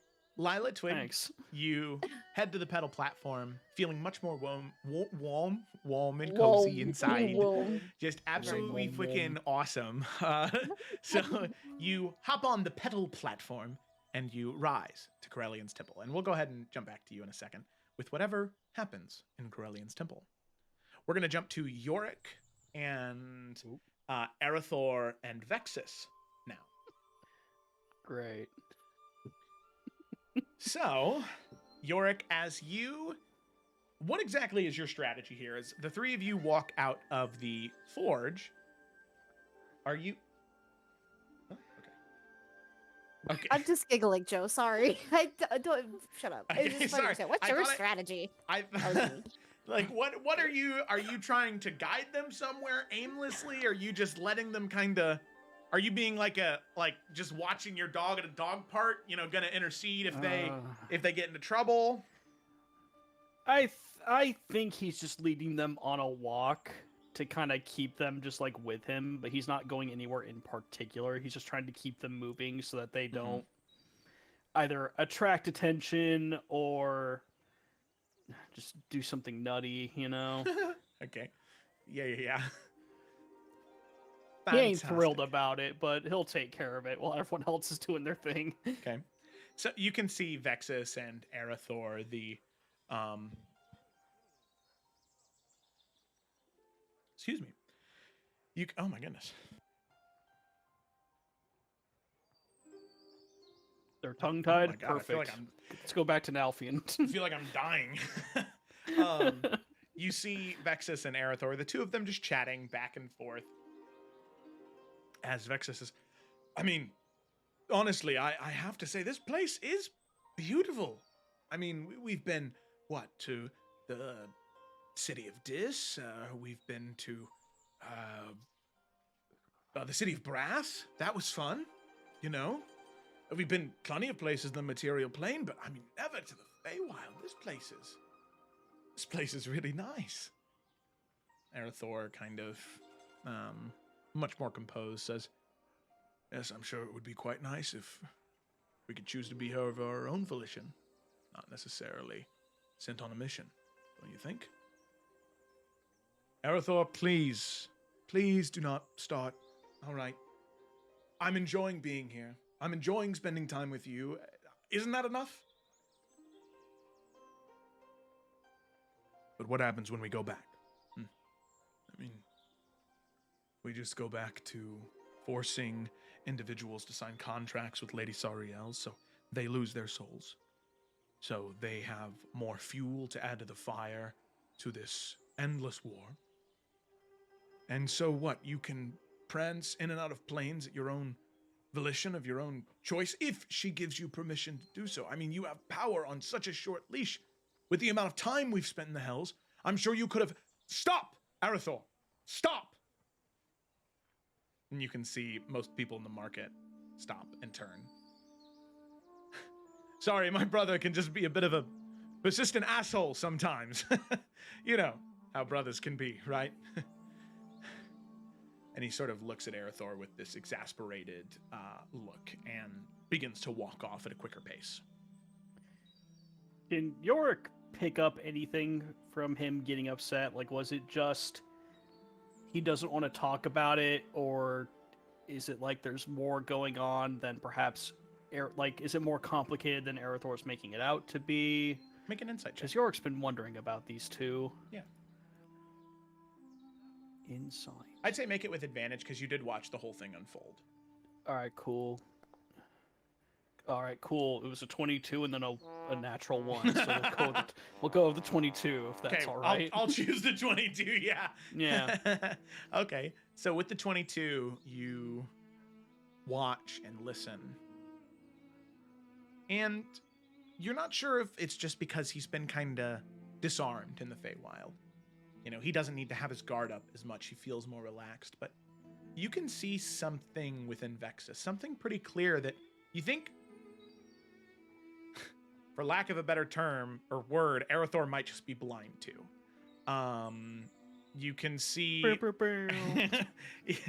there's something on his face. There's something in the way that he holds himself, this tension that isn't just, no, I'm hungry for power. It's something more. You're not exactly sure, but there does seem to be something deeper there with Vexus. How far apart are they from each other at this point? Arathor kind of like, if you guys are in like this big open market right now, you can see Arathor's probably 50 feet away, still visible in sight. And you know Arathor, he's not going to run off, you know? Yeah. And Vexus and him are probably about 50 feet in opposite directions right now. All right, so they're still going in the same direction. They're not like going opposite directions. New York has to like yeah, correct. All they're right, just cool. They're just kind of split apart, going their own way. I think Yorick's gonna move over to Vexus and just kind of walk side by side with him. I'm sure you've come over here to tell me that I should listen to my brother, and that he's so wise, and that he only wants what's best for me, and blah, blah, blah, blah. No, I have some questions, though. Very well. Go ahead, I guess. Is your deal with her different than your brother's deal with her? Has it changed over the years? It has. Infernal contracts can be amended. It has changed. Quite a few times, actually.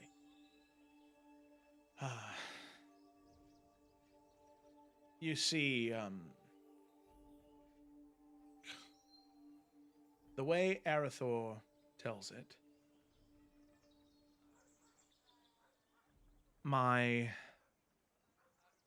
brother, him and I, we were sold to a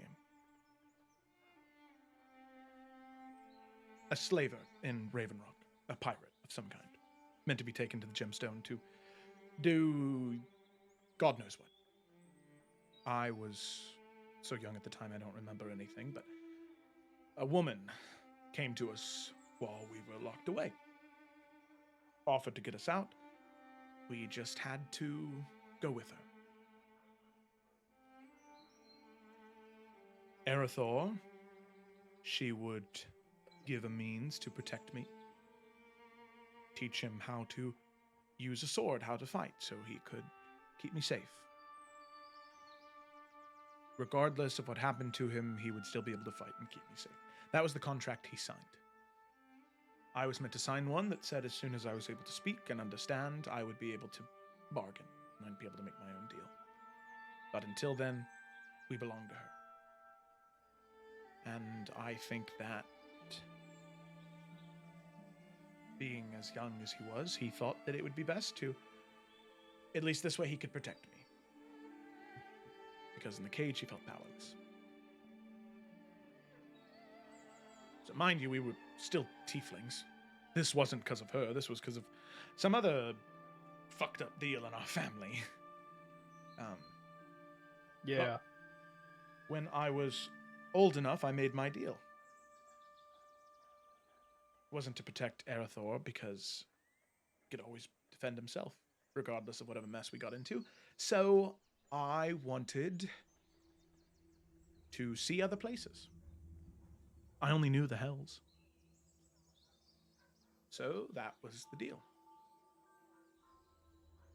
I would go do things for her in the Hells, or in the different planes, and I would have magic. However, every year I'm not gonna lie to you, there's no point. I got a little greedy. What can I say? Having power feels good. Sure. And because of the deal, I wasn't gaining any experience of my own with what I did. I only grew in power when she agreed to let me have it.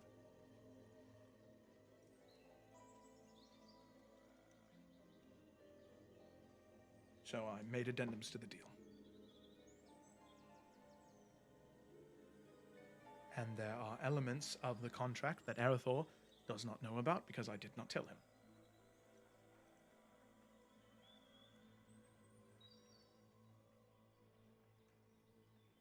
Were any of those addendums to protect him? How old were you when you realized that she could just keep hurting him and he'd keep surviving?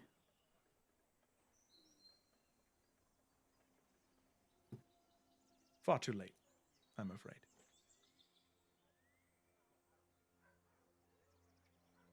You see, I haven't been allowed to make any addendums for quite some time. I think I'm about as strong as she wants me to be, and Arathor is about as weak as she needs him to be. Although I would love to renegotiate my contract, she owns a much bigger part of me than what I think I can negotiate out of.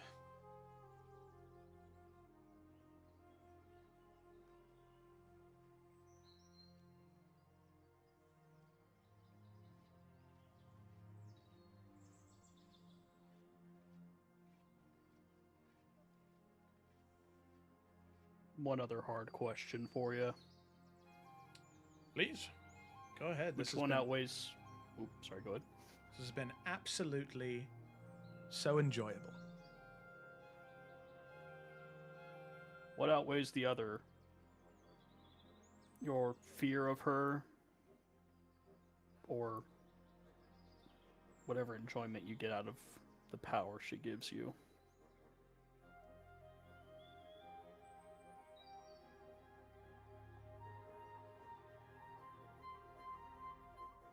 If you would have asked me 4 or 5 years ago, the answer would be different. But I think now, after she took his sight away,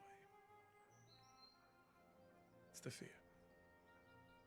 The fact that she can maim either one of us how she pleases, and yet still give us the tools necessary.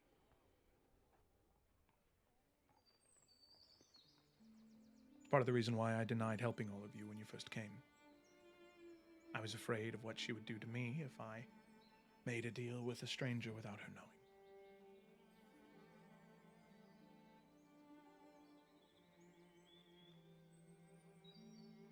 Even if we broke your contract, you think she would just find you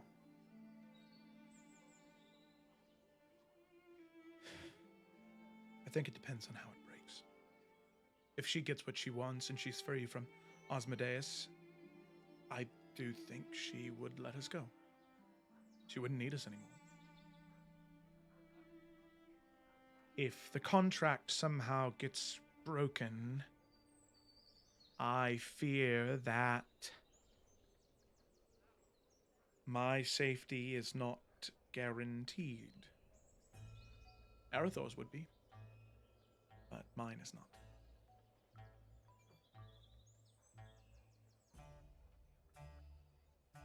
I see.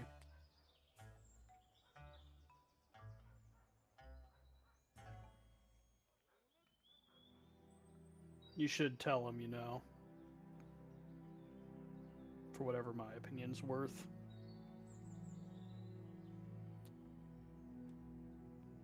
I'm really just afraid it would just disappoint him more in me. Especially after keeping it a secret for so long. I don't have any brothers. I have sisters. Yeah. So, I don't know how much the dynamic changes, but we've disappointed each other a lot over the years, You fight about stuff when you're young that seems important, and then as you get older, you feel silly for having been mad about it in the first place. Does that seem familiar at all? Yeah. Yeah, seems at least a little familiar, I suppose.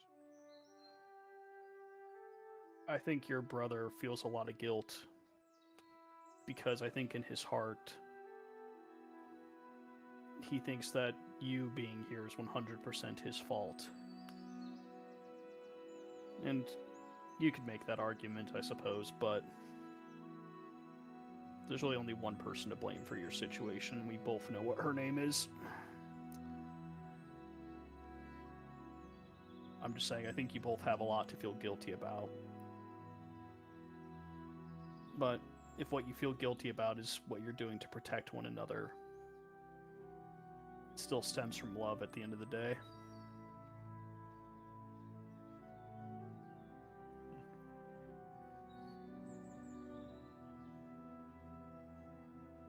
Okay.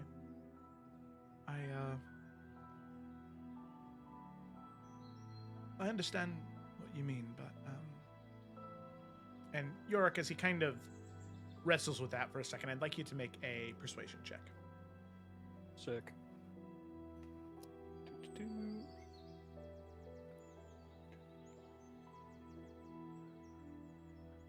Do I get... Never mind, because he's not considered a devil or a demon, because he's just a tiefling, correct? Correct, yeah. Alright, straight roll then. Where are you? There it is. 17. 17? Okay. He sort of says that and then looks to you and stops and nods. all right. No, you're right, and there is no comeback, there is no but. You're just right. It's been too long. I need to be honest with him.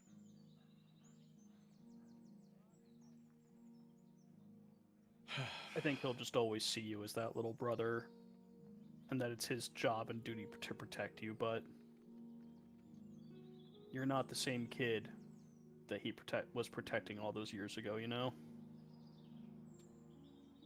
I think you just need to let him know who you are now.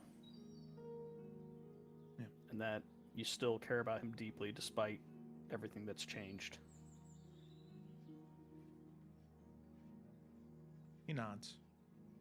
And he'll sort of look over to his brother, who's just sort of investigating a market stall right now. You can see him putting his hand on different materials, feeling the textures.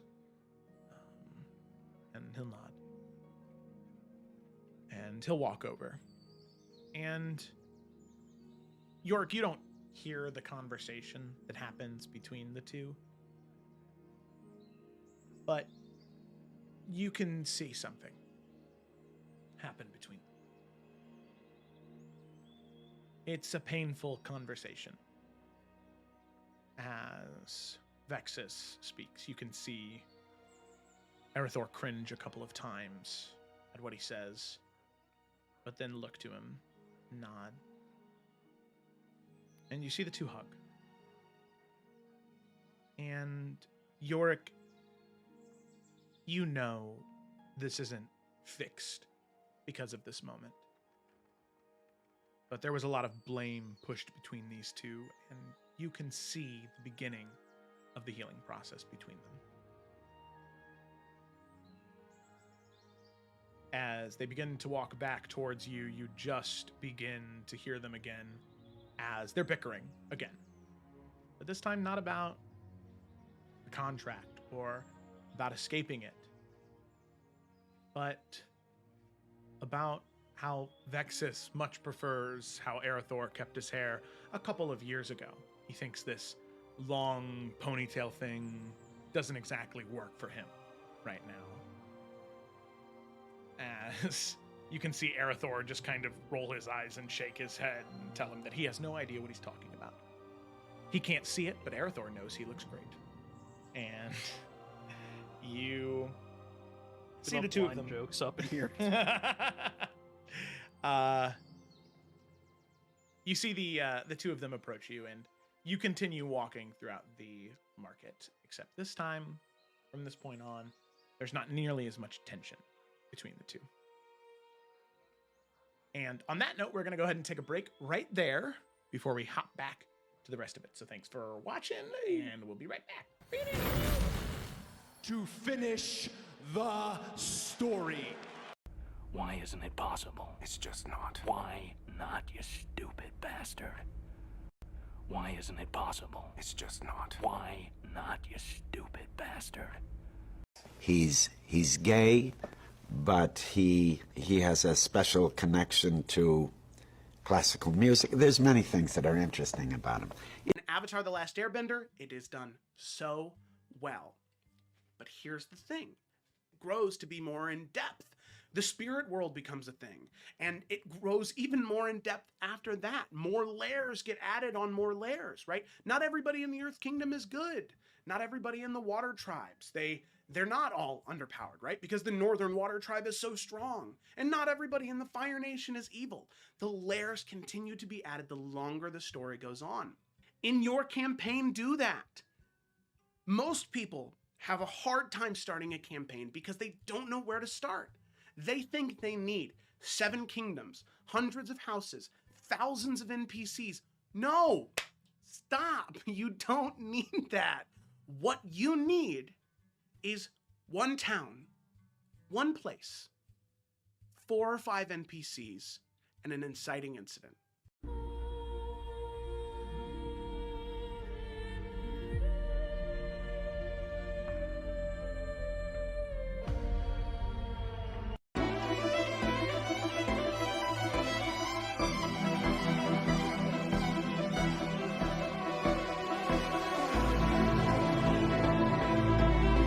Every day I wake up and I hope you're dead. Dead like if I can guarantee Henry would be okay. I'd hope you get an illness and then get hit by a car and die. In this video, we're going to talk about secondary objectives, a way to make your combat encounters spicy, delicious, fantastic. Secondary objectives enhance combat in D&D to an exponential degree. Let's go ahead and dive into number 10. Rescue missions. Task your players with rescuing an NPC or retrieving an item during combat. It will help add layers of urgency and potentially even a moral dilemma. My favorite example of this is instead of sending the players to kill the goblin camp that may raid the village, right? That's a consequence. Sometimes that's good enough. The goblins abducted the blacksmith. And now they need to save the blacksmith and kill the goblins. It's a secondary objective that spices things up. You people should be thanking Christ that I am who and what I am because you need me. You need me to save you. You do. I am the only one who possibly can. You're not the real heroes. I'm the real hero.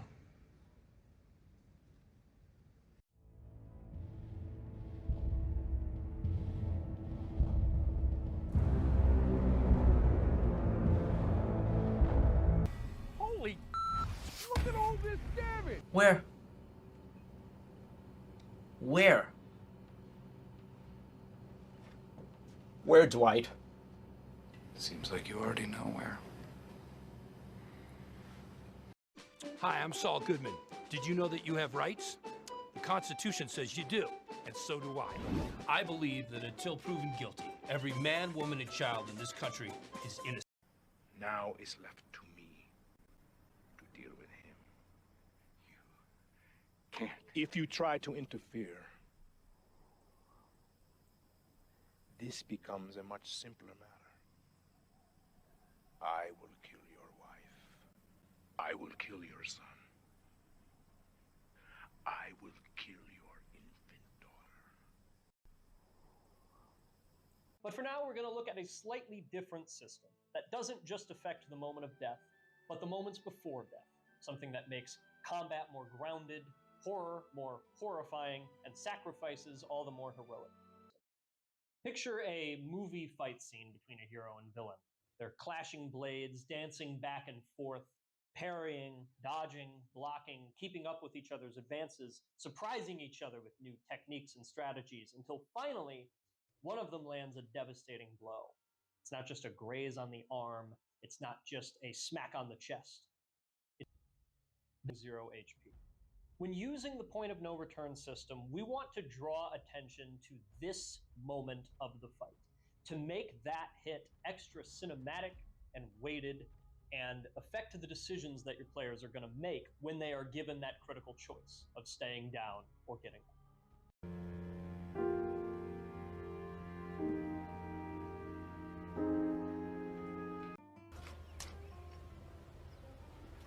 Wait a minute!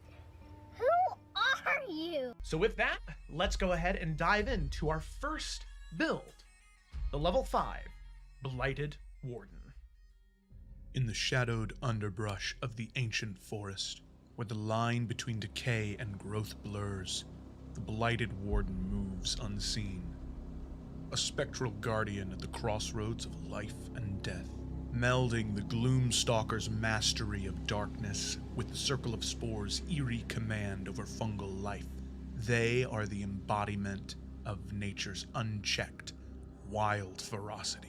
With each arrow knocked from their twisted, spore-infested bow, they strike with the precision of night and the inevitable spread of decay. A silent protector of the natural order's darker, untamed side. So there we go. There's our thematic intro. I have to finish the story. Why isn't it possible? It's just not. Why not, you stupid bastard? Why isn't it possible? It's just not. Why not, you stupid bastard? He's gay, but he has a special connection to classical music. There's many things that are interesting about him. In Avatar: The Last Airbender, it is done so well. But here's the thing. It grows to be more in depth. The spirit world becomes a thing, and it grows even more in depth after that. More layers get added on more layers, right? Not everybody in the Earth Kingdom is good. Not everybody in the Water Tribes. They're not all underpowered, right? Because the Northern Water Tribe is so strong. And not everybody in the Fire Nation is evil. The layers continue to be added the longer the story goes on. In your campaign, do that. Most people have a hard time starting a campaign because they don't know where to start. They think they need 7 kingdoms, hundreds of houses, thousands of NPCs. No! Stop! You don't need that.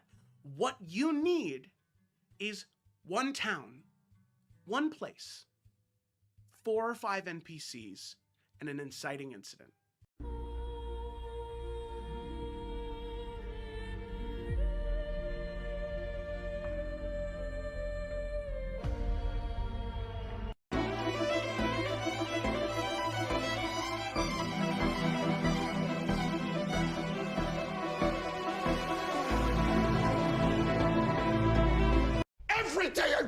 I hope you're dead. Dead like if I could guarantee Henry would be okay. I'd hope you get an illness and then get hit by a car and die. In this video, we're going to talk about secondary objectives, a way to make your combat encounters spicy, delicious, fantastic. Secondary objectives enhance combat in D&D to an exponential degree. Let's go ahead and dive into number 10. Rescue missions. Task your players with rescuing an NPC or retrieving an item during combat. It will help add layers of urgency and potentially even a moral dilemma. My favorite example of this is instead of sending the players to kill the goblin camp that may raid the village, right? That's a consequence. Sometimes that's good enough. The goblins abducted the blacksmith. And now they need to save the blacksmith and kill the goblins. It's a secondary objective that spices things up. You people should be thanking Christ that I am who and what I am because you need me. You need me to save you. You do. I am the only one who possibly can.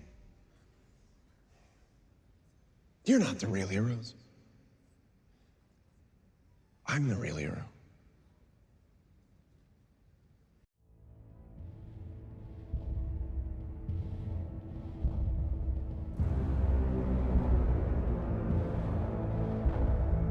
Holy, look at all this damage. Where? Where? Where, Dwight? Seems like you already know where.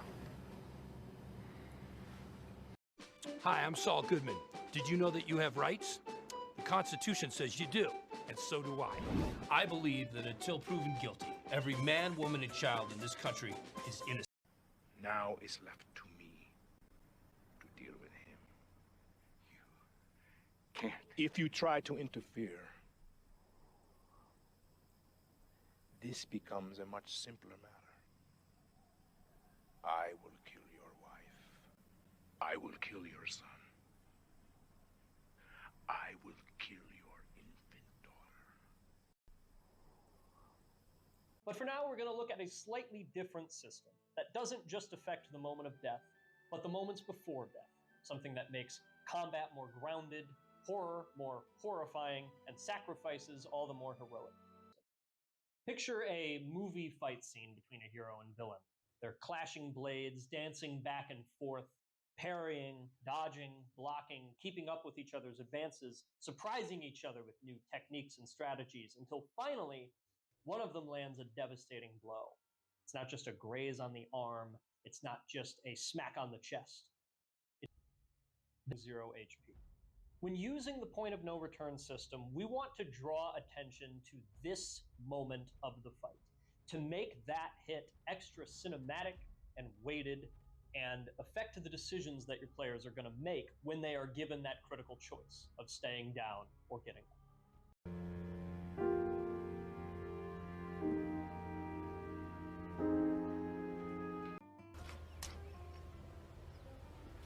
Wait a minute!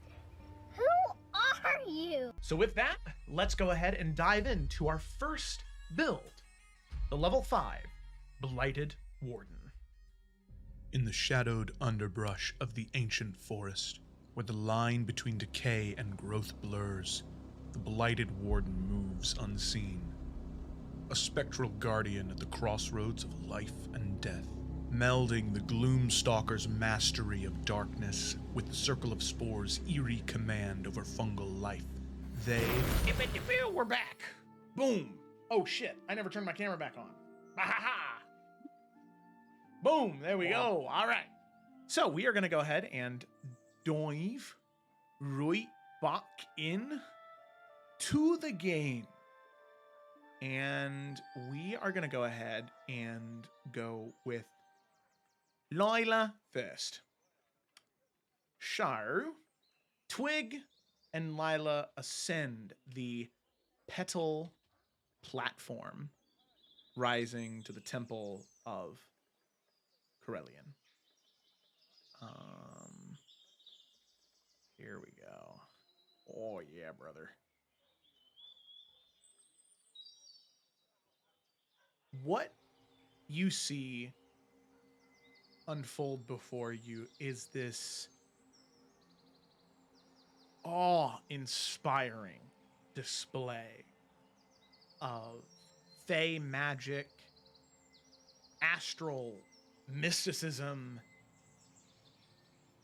and just raw belief in one location.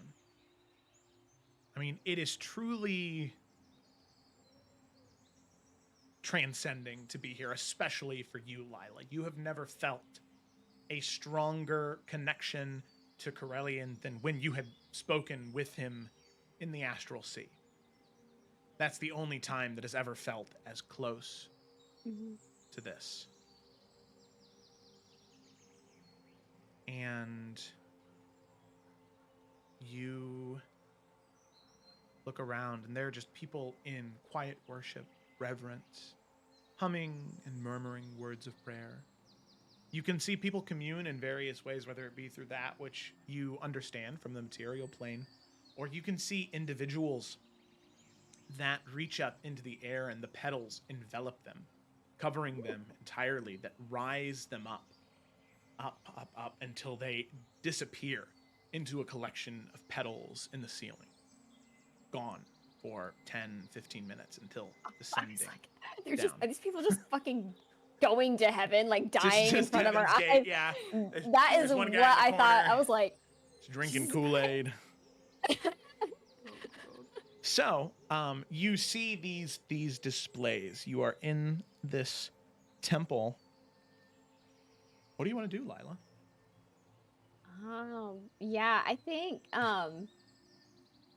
she is just like overwhelmed in the space, and I think she would start off doing something more like traditional from like the material plane, especially since she's got Twig with her. She doesn't want to like dive right into the big stuff right away, and just say a few prayers for her family, the party, and definitely Eurydice for what she'll be about to be going through.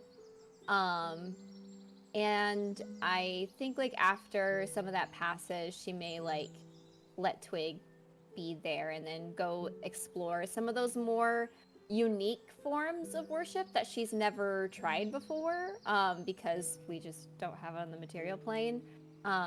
She may just like quietly observe somebody before like trying it out and just seeing like if she feels anything different or if it's just simply like another way of worship, and I guess see what's going on. So yeah, Lila, as you attempt the small and more mundane versions of prayer, you can feel that connection. You feel it relatively strongly. It doesn't reach back or anything, but you can feel that embrace. But then you begin to stand, looking up, gesturing out, and the petals don't descend. But you can see these wisps of astral light, this northern light, this aurora borealis of color begin to swirl strongly at the top of the room. You can see the lights and petals begin to dim, covering the room in a dim light. The only light now visible is the cascading lights of that aurora borealis that is above you, that you seemed to conjure. What do you want to do? So it's like the whole room changed, or is it more like Lila's in a space all of her own now? No, the whole room has changed, and many people that were in worship, they kind of look off to you. Okay. I think initially she'll feel a little embarrassed about drawing all that attention. But then I guess she will, so is there any, so in the constellations and aurora borealis is being formed, does it remind her of a specific place? Is there like something like being pointed at, like a direction? Is it almost like, I guess, of the map of the stars, I guess she would start to like look and see, is there any particular sign she's being shown, or is she not drawing any conclusions from it? As you look up, you can see that the constellations and the strands of astral magic above you, they don't seem to be pointing to a specific constellation, but an empty spot in the sky. You see those threads of magic begin to descend down towards you. I mean, yeah, she'll reach her hand up and see if she's able to interact with it at all. Yeah. You reach up and you feel that astral magic grab hold and lift you up. You rise with it. You see people look not in confusion, but they smile. They bow their heads in reverence. This isn't some strange occurrence. This is not something to gawk at. This is a wonderful thing. As you rise, pulled up by the stars and by these threads of magic, Twig, you can see that blank spot in the sky, you can see Lila's form just click right in. And Lila, you hear a voice echoing within you. A soft, kind, almost a musical voice.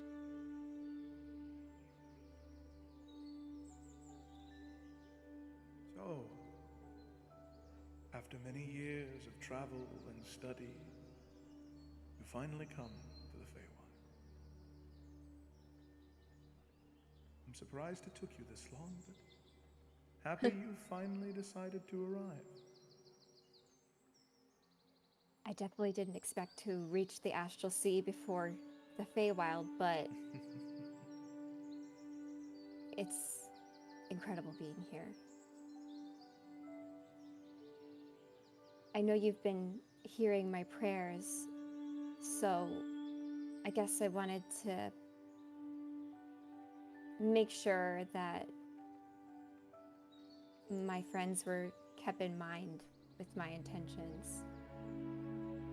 Like Twig working so hard to heal Ptolemy, and Nalthian, I know he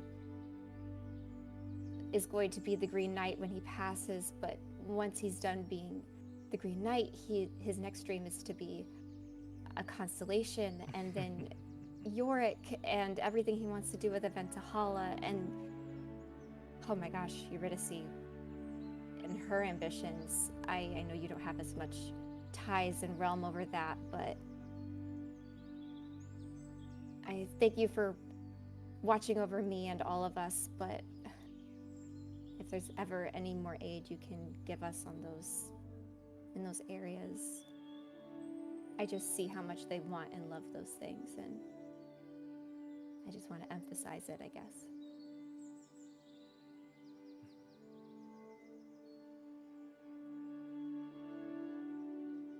They are heard. Very clear, they are heard.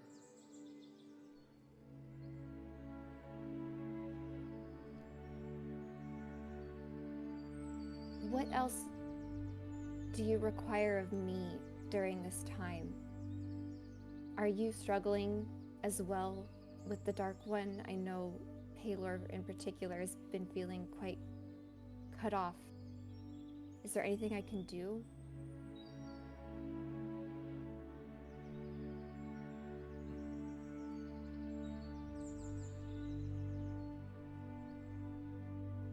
You have done so much in your time, Lila. The other gods would call me a fool, but I can see hope. I can see a path. One where our eyes are not set on the worries of tomorrow, but further in our future. 100, 1,000 years from now, when the war against the shadow is over and done. I can see it so clearly. And I believe that is in no small part because of you and your companion. The most you can do for me is to continue on the path you are.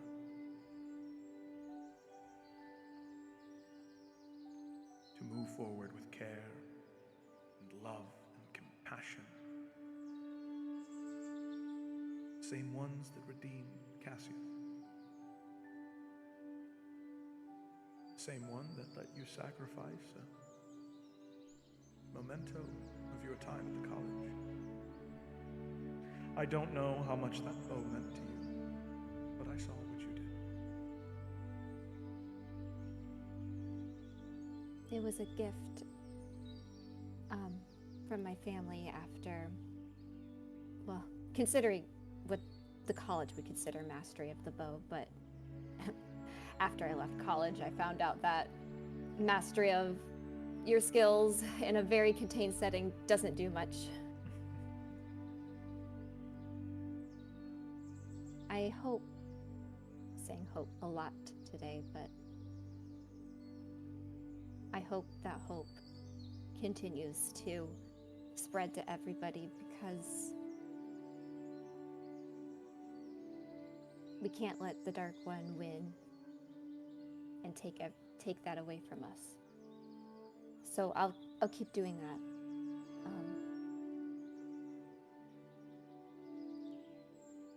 Very good. I guess, and maybe you thought of it too, but that bow isn't Fae-made, and Aurelia seems to have lost a lot of her hope.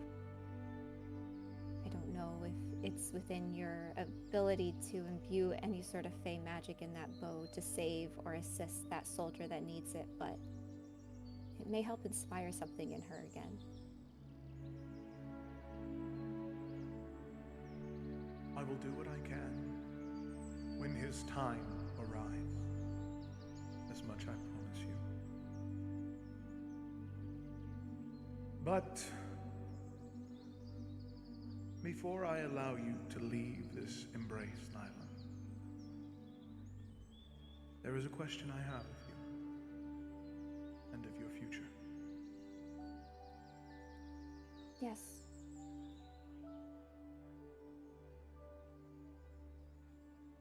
Divinity is cruel.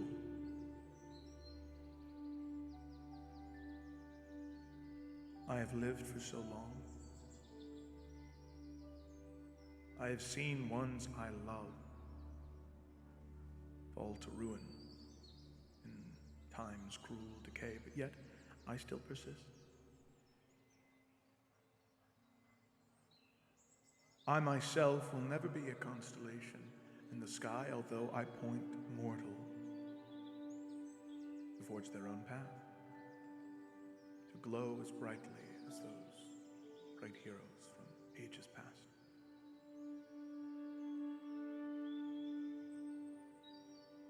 My question to you is, Lila, should you have it, I could create a beautiful home for you in the Feywild. You could come and go as you please. You could continue your heroic escapades after the war against the shadow. Die a great hero. Become a constellation you were fit to be. That is one path before you. But there is another. Another one that is less glorious. One that is cruel.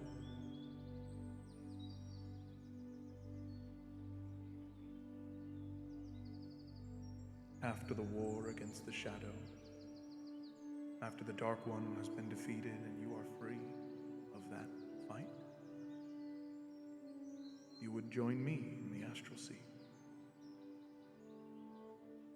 You would live there. You would be a mighty planeswalker.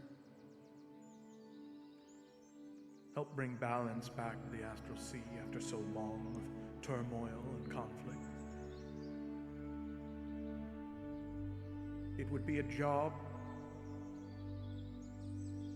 It would be a mission with no end. But one I know you would be quite good at.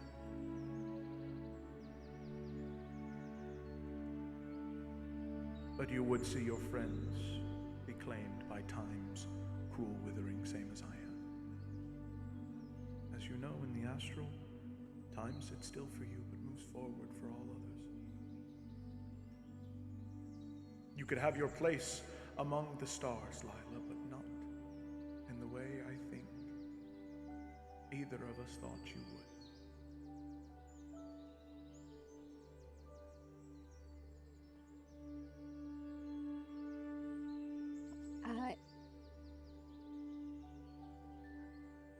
If I were to be a planeswalker, would that mean not being able to see my family or friends again? You could. Sparingly, though. The one downside to interplanar travel is doing it too frequently, especially between the astral sea and the material plane, can cause problems, tears. Nothing as cruel as the one that currently clouds the sky, but tears nonetheless. If Yankee or mind flayers that somehow work their way into the material plane. Has already happened to a degree. But you'd have to be wise about when you see them. And in the astral, you may lose track of time. In all honesty. So you could still see them. You could still communicate with them. But you would see the mage. And they would see you as they see you now.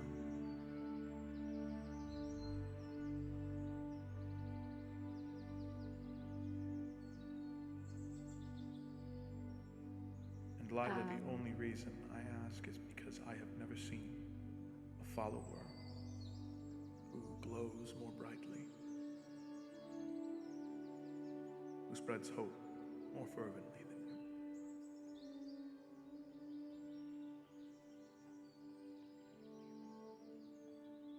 She will bow her head and say, I've always felt so drawn to you in the stars. And I felt like I was supposed to be finding you here in the Feywild.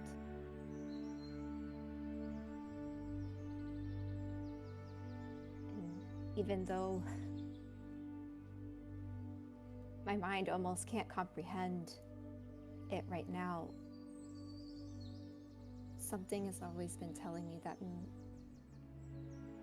what I was supposed to be wasn't actually what I was meant to be.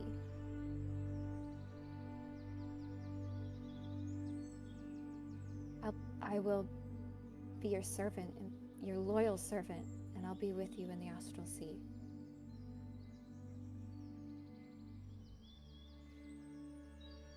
You can see a sigh of relief envelop his form.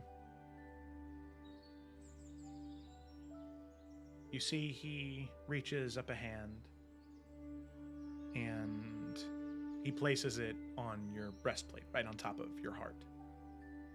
And you can feel this surge of magic.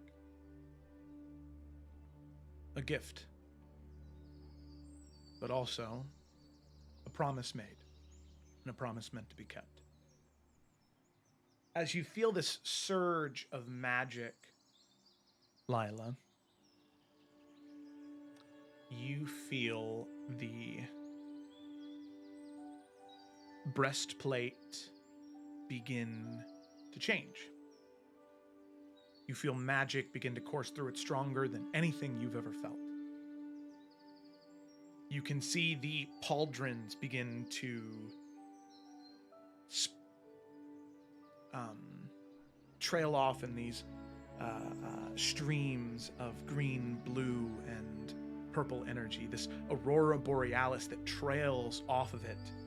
It slowly begins to envelop parts of your wings, melding together until you have these strands of astral light that hang off like a, I don't want to say a tattered cloak, but a cloak that is just strands of fabric. Like ribbons? Yeah, like ribbons of light. And you see as they envelop the wings, those purple amethyst wings, the spots in between them begin to glow and shift with constellations and starlight patterns.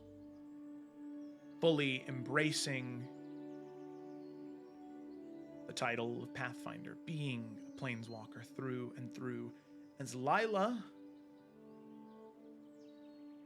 no longer awakened is the planeswalker breastplate, but it is now exalted. So this is pretty crazy. So I'm excited. It is now a +3 bonus to AC. Nice. You gain immunity to force damage, and you cannot be teleported or banished against your will. Celestial navigation, once per day. Remember to breathe. Oh my god. Once per day, the wearer can, as an action, cast plane shift without expending a charge. Constellation's embrace, once per long rest. When the wearer is reduced to 0 hit points, they are instantly teleported to a safe location they have seen before within 1 mile and are restored to 1 hit point. And you have 10 charges now. It's amazing. Y'all, I'm gonna be just like Control-Alt-Delete it every time I go down. Like, just bye. I like to imagine she hasn't told us the armor does that and she just vanishes. Everyone's like, what? Lila, no! What did you do to her, you sick son of a bitch? What are you guys talking about? That's crazy.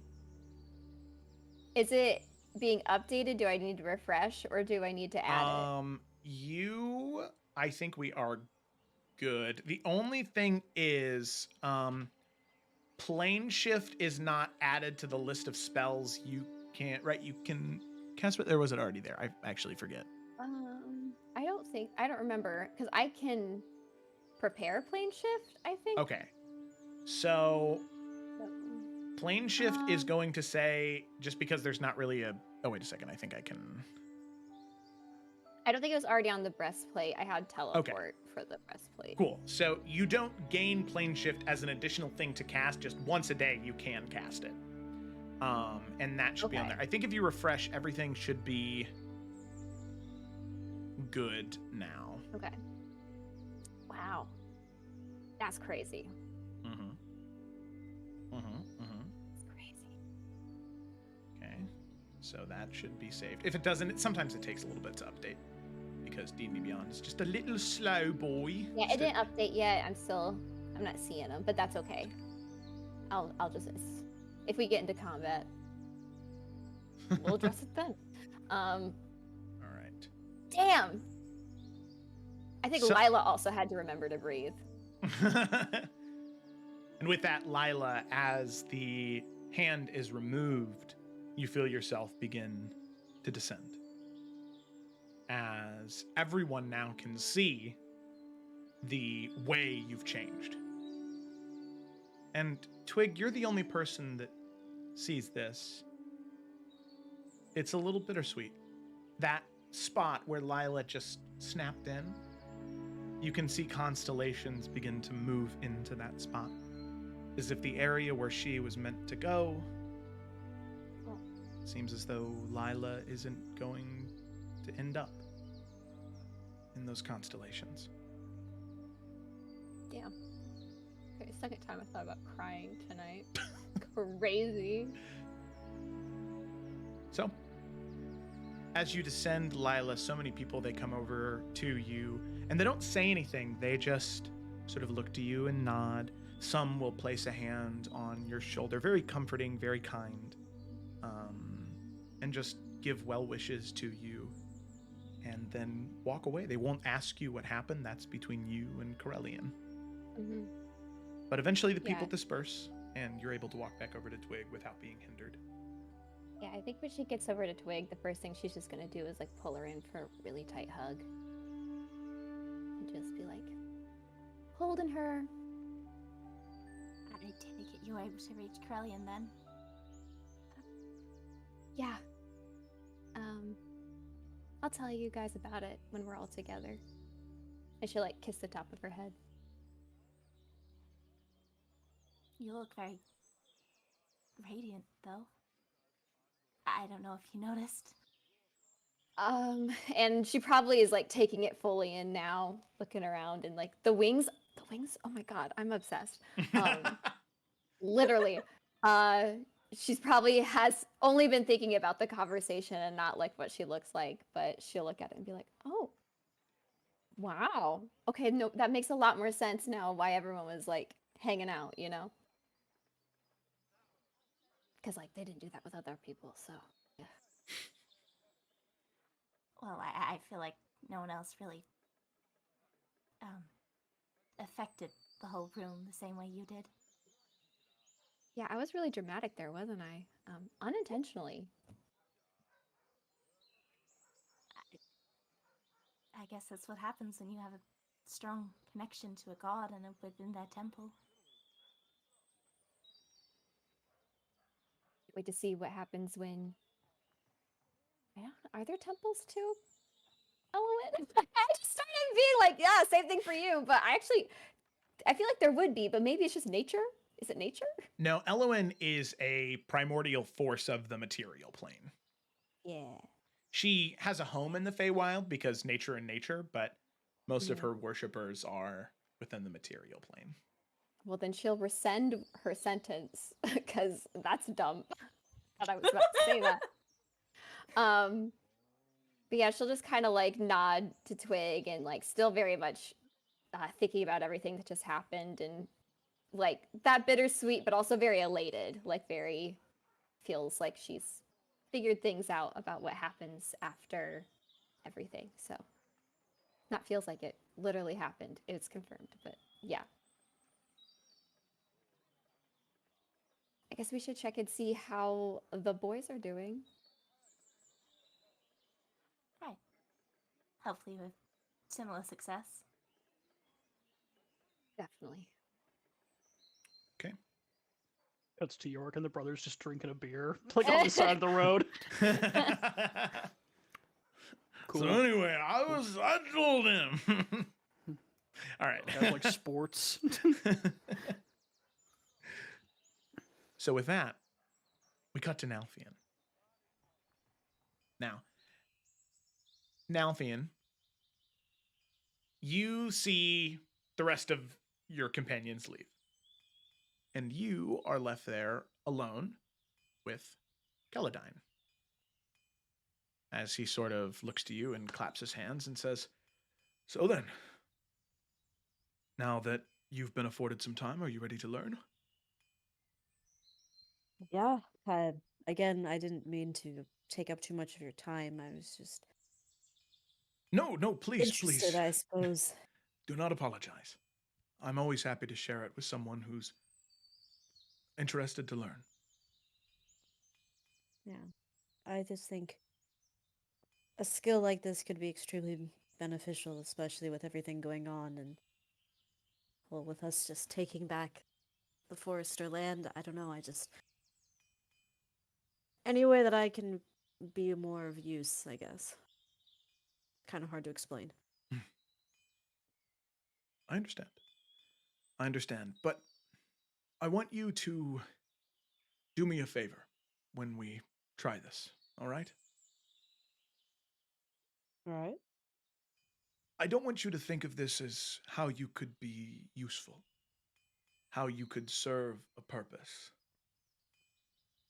I think to a degree, when you were. If what I've read is true about the Underdark, you were a tool to them. You were a weapon. You had to be useful, or else you would be discarded. I don't create just because I want to protect my home. I don't do it because I need to feel useful. I do it because I'm inspired by the ones that I love and the values I hold dear. I'm going to show you how to tree sing, how to pull from the bark, and how to craft something from it. And you'll need to find something. You said poetry, right? Yeah, I mean it's all right. I'm sure it's beautiful. You'll need to use that. Something that is meaningful to you, something that you care about. Put I mean, that into the weapon. All right. And then it'll be up to you to feel the time, the dunamancy. That push and pull, that ticking. And figure out a way to manipulate that. Don't focus too hard on it, just feel it. Pluck the same strings that you do when you summon your echo. Or if there's any other type of dunamanic magic that you use, think of that. Does that make sense? Does. I mean, there is an element of danger to it. There are times where I've pulled a little too hard and didn't really end up so well. But I think I understand what you. I'll give it a shot. All right. And you see he sort of claps you on the shoulder, and you and him walk over to a tree. Sort of this wispy tree has these leaves sprouting off the top of it with incredibly thick bark. And you can see a couple areas where the bark is a little thin. And he says, now don't say anything out loud, but just reach at a piece of bark and think of that art, that poem. Don't say it out loud, but just grab and pull. Alfred will nod, and he will take a deep breath. Think very hard. Okay. And he will reach towards the tree. Okay, yeah. You reach and grab and you pull. At the very end of it, there's a little bit of a snap, but as you open your eyes and look, most of the bark cleanly came off with a small break at the end. And Keladin says, that's fantastic. You're a natural. All right, this is good, right? The first few things I ever made, I just had to break the bark off with a hammer and chisel. You pulled it right off. Malkin smiles to himself. All right. Now come over here with me to the anvil. This will make it easier for you. It'll be a focus you can use. Now, the astral sea and time, I think they go hand in hand in some areas, so it may help. Now, please, you might not be able to do something as strong as you're about to do, but this will be a good jumping off point to know what you're capable of. All right. All right. All right, set the bark on the anvil. He does so. I want you to close your eyes. And I want you to summon your echo and begin to think of that poem. Yeah, Nalfian will bring out Echo Nalf. And I think he would probably, specifically the poem that he wrote for Twig. Mm-hmm. Yeah. And he'll Okay. just kind of recite that in his head over and over again. And Celadine begins to give you instructions. First things first, he asked you to open your eyes so you can see what you're doing now that you've pictured that poem. You found that place. And he tells you to grab a hold of the bark, raise it in your hand, and he tells you to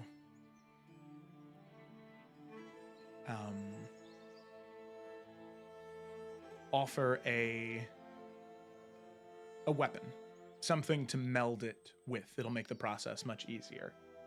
He says, perhaps since this is your first time, maybe not your primary weapon, but if you have a secondary weapon of some kind, to use that instead. Yeah, we'll put his dagger there. Okay. So you set the dagger on bark. And as you do, you place your hand on the bottom, and your echo, Old Man Elf, places his hand on top of it. And he says, all right. Now to begin the melding process, a stanza or a line of the poem that means a great deal to you. Speak it with reverence.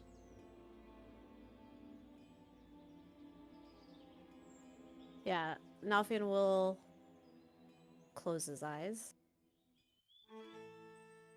And he'll just say, should darkness find you once again, call my name. In storm or rain, fire within you yet may outpour.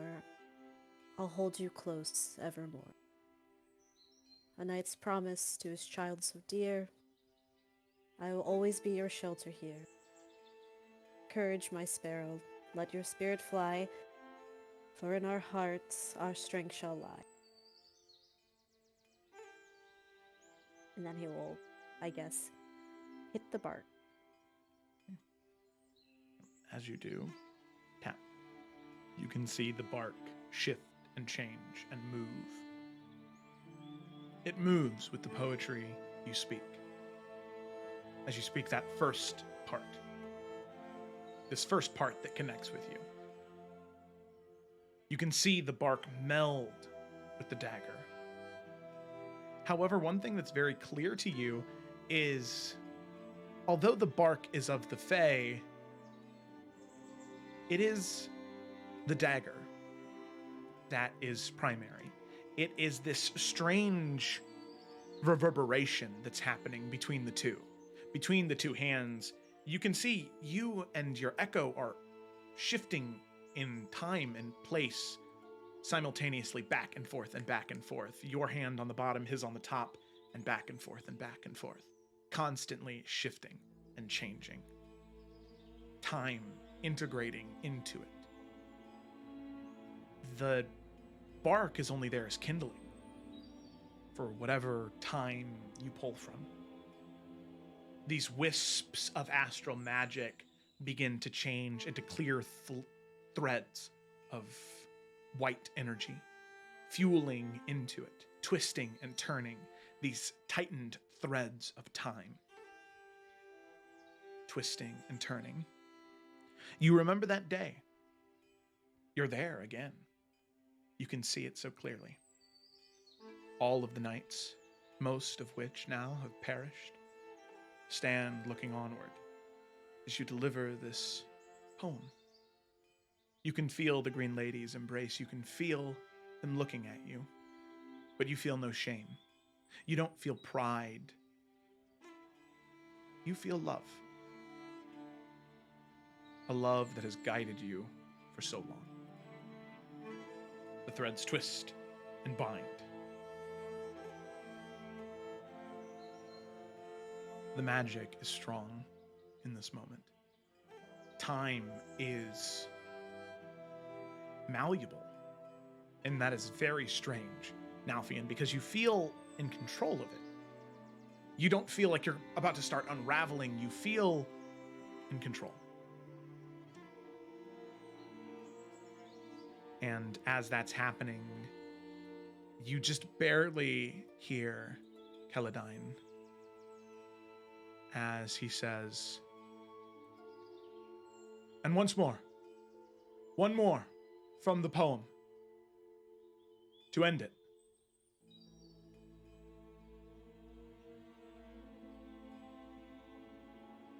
And in your heart a home you shall find, in this old night, in love enshrined.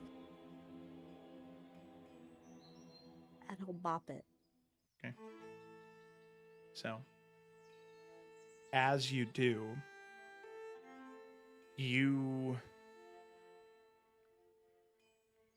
feel something very strange, Nalfian. As you touch it, you feel this singularity.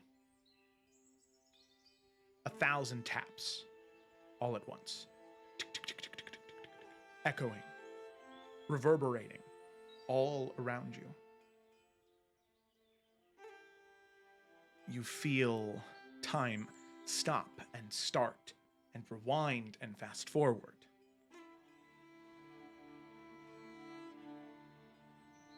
In this moment, Nalfian, you see something.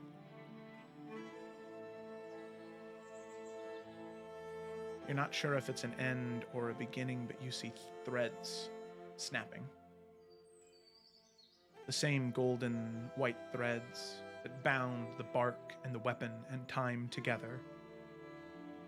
You see them snap. And as you finish speaking the words, you return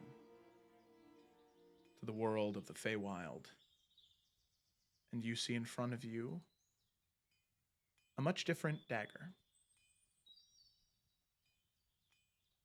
Still crafted from a dragon's tooth, its surface is etched in these ancient runes that pulse with vibrant, life-giving light.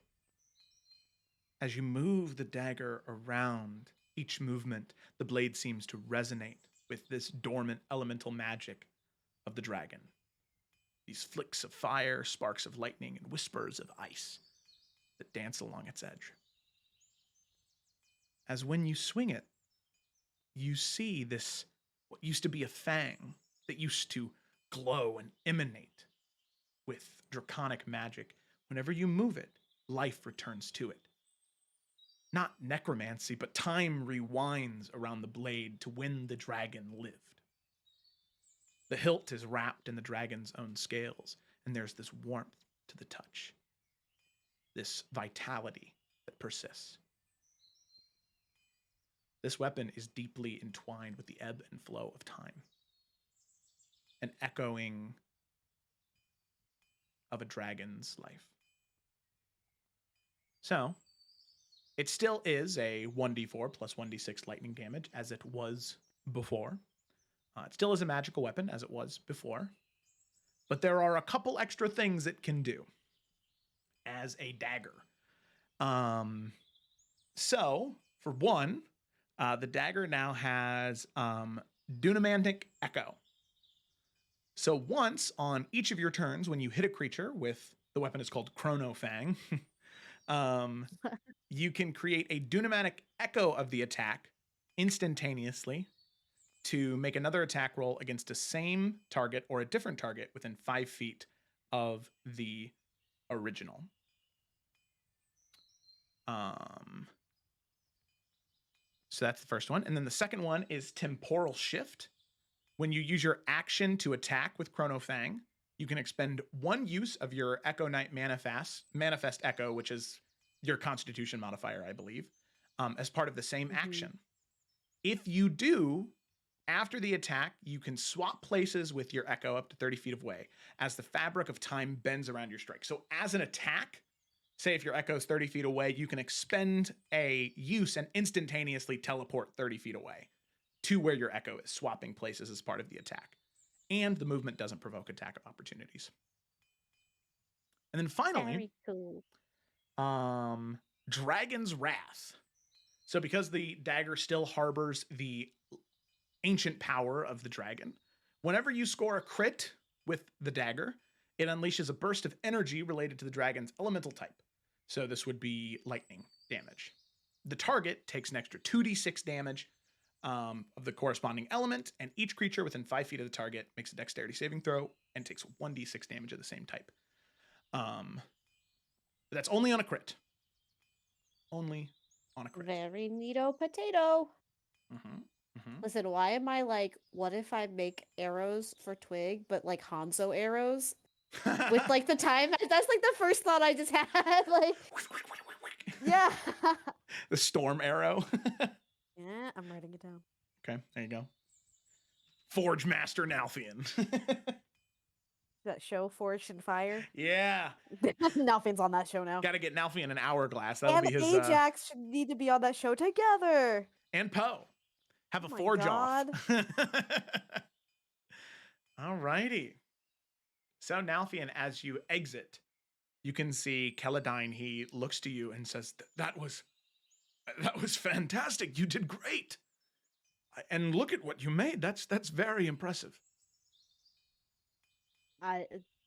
For doing this for only a few hours, I am astonished at myself. Thank you. I would never expect to be able to do something like this. Well, and please keep in mind, I don't mean to take away the victory too much from you, but the tree, I mean, it was glowing brighter than I've ever seen it. Like it was restored to its prime. So, while this was fantastic, I want to make sure you go into the world with measured expectations. To do something like that again will take a lot of practice, but this is a great start. It shows you what you're capable of. Absolutely. Thank you for being willing to share this with me. Of course.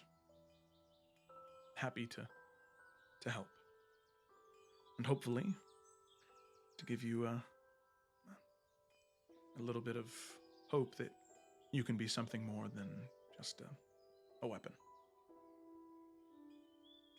No, I think I'm figuring that out. Good.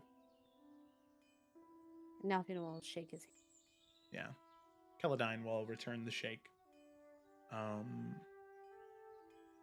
And will sort of look back to the tree and say, well, I think that the trees deserve to break. Needs time to rest. Same as the rest of us. Absolutely. All right. Good luck with the rest of everything you have to accomplish. Thank you. You too. Okay. With that, you leave the forge behind, and for the sake of brevity, all of you can reconvene at a location. We'll say right outside the Grand Court, just because that's a pretty central location. So all of you reconvene with one another. And all of you can see a bit of a difference in mood and presentation in the dagger Nalfian carries, the short sword at the butt of Yorick's glaive, and the armor that Lila now has that cascades down her shoulders.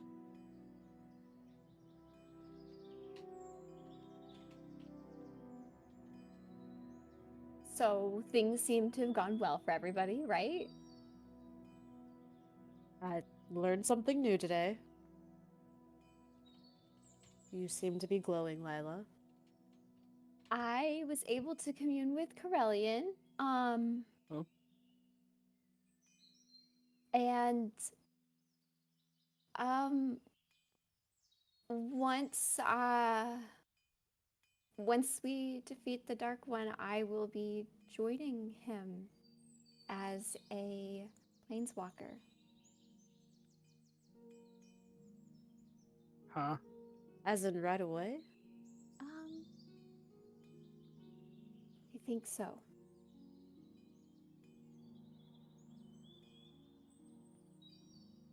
That's what you want to do, right?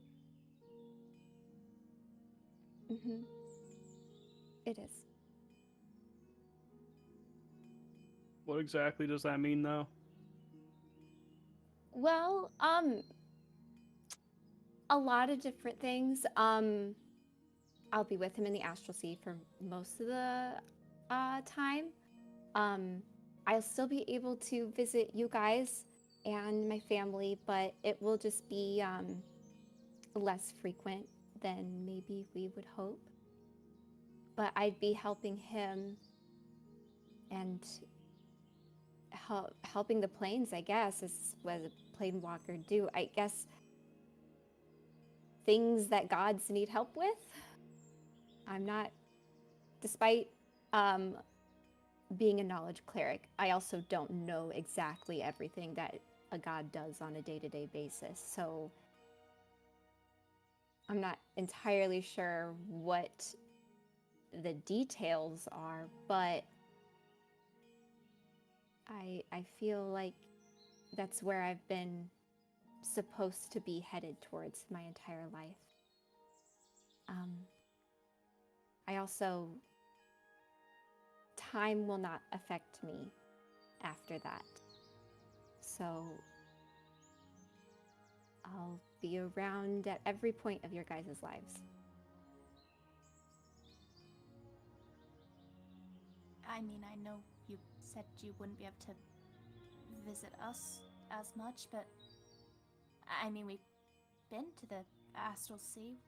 Could we not just come to you then? I don't see why not. I can hopefully get more information through my prayers and studies. Maybe with this new edition of awoken states, as you like point gestures to like the armor and the wings and everything and all the constellations and stuff, I might be able to understand things a lot better after I take a moment to figure it out. But I don't see why not. I want you guys to, if that's possible. I know this is maybe a little bittersweet or more bitter for you guys, but No, I don't.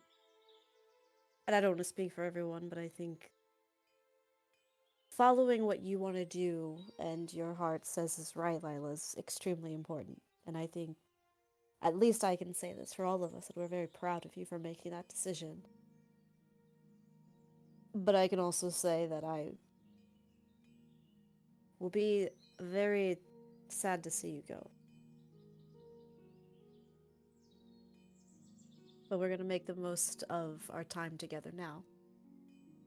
And it's not, that we can't see each other. It just, might not be, like I said, it might not be like every week. It might be like once a month. I actually have no idea. So it might actually be like totally not a big deal at all. And I'm making it a big deal. Also, asterisk, let me tell Zephyrin. I don't know how that conversation will go. So that's why I wanted to tell you guys before we went back. So I am happy with my choice. I'm excited. I felt aimless for a long time, like I'm just following the motions of what I'm supposed to be doing, but I keep feeling pulled in a certain direction, and this feels like the direction. So, but enough about me.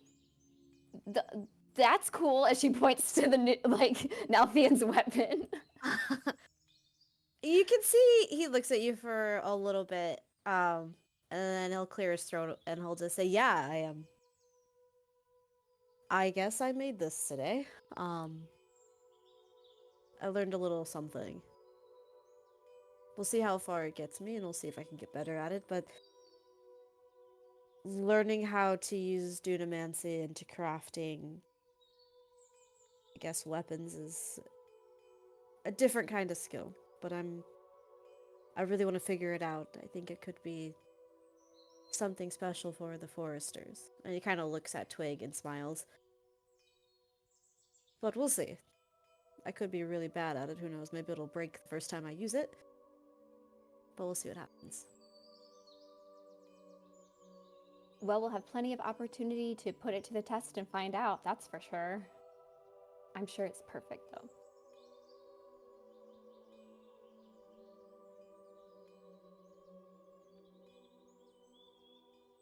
York, you haven't said much. How was your trip? No, it was uneventful. Just took a walk. We met some old friends of Twig. Oh, yeah? Yeah, it turns out that the bunnies that were in Sandpoint were really fae spirits that my parents sent to look out for me. They were watching over you all along. Great. Yeah. Kind of squeeze Twig's shoulder. How does Twig look with it right now? She looks like she's gonna cry. I feel bad because Lila's like, guys, look, I'm gonna be God basically, and everyone's like, yeah. She's not surprised ever because she feels bittersweet about it too, you know. So she notices that she's gonna kneel down and let Twig crumble into her arms and just hold her for a bit. And now I'll cry. Ugh. I will say no passive insight needed. York's not handling it very well either. Oh my god! He's not about to cry, but you can tell he's not himself once it was said. Oh. She'll kind of look to everybody and just keep holding Twig, but take that in, and she'll talk to everybody on their own. Clearly everyone needs a second, so she'll just keep holding Twig. Yeah, I think it's a 16-hour session today. Mm-hmm. We're not stopping anytime soon. What do you mean? Buckle up. All right. So, sounded like you were loading a gun. What was that? That's American seatbelts. It's just oh, sick. It's just two pump action shotguns you just kind of taped together. Yeehaw! All right. So, you all gather at the base. You have a moment together. But the weapon has been acquired. You all have no other reason to stay within the Fey city of Lysanorith, aside from the fact that you probably don't want to leave. But Vexus will say, if we are to return, we'll need to exit the city and go to where we came. I don't think it would be best to use infernal magic here. I'd like to keep that located where we arrived, if that's all right with all of you.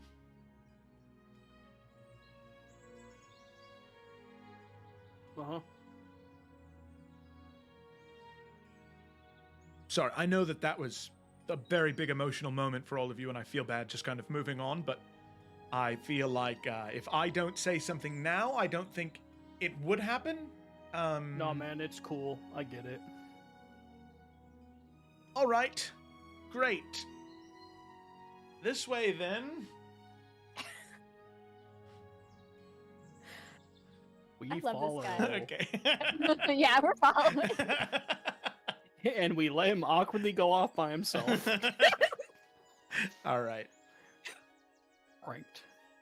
So, all of you exit the great city of Lysanorith. Moving back out into the natural world of the Fae. The sounds of the forest alive and well. The Feywild clear in its majesty and beauty. The different animals moving freely around you. These strange creatures that live in the Feywild. Some of the same ones that you had seen before, but a couple of new ones. Lila, you had read about one of the creatures you spot this time. They're called briar wings. They are a combination of a robin and a rose bush, where they have petals for feathers and thorns at the tips of their wings. And whenever they fly, they leave behind trails of blooming flowers in their wake. So they're just these like, it's a really awful way to put it, but they're like carpet bombing, like napalm, but it's like feathers that fall down.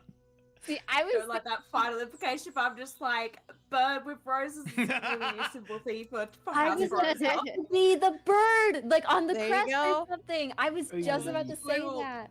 Carpet bomb all the material world flowers. Mm-hmm. Mm. Oh, man. Floral war crimes is what we're going to be doing. Love it.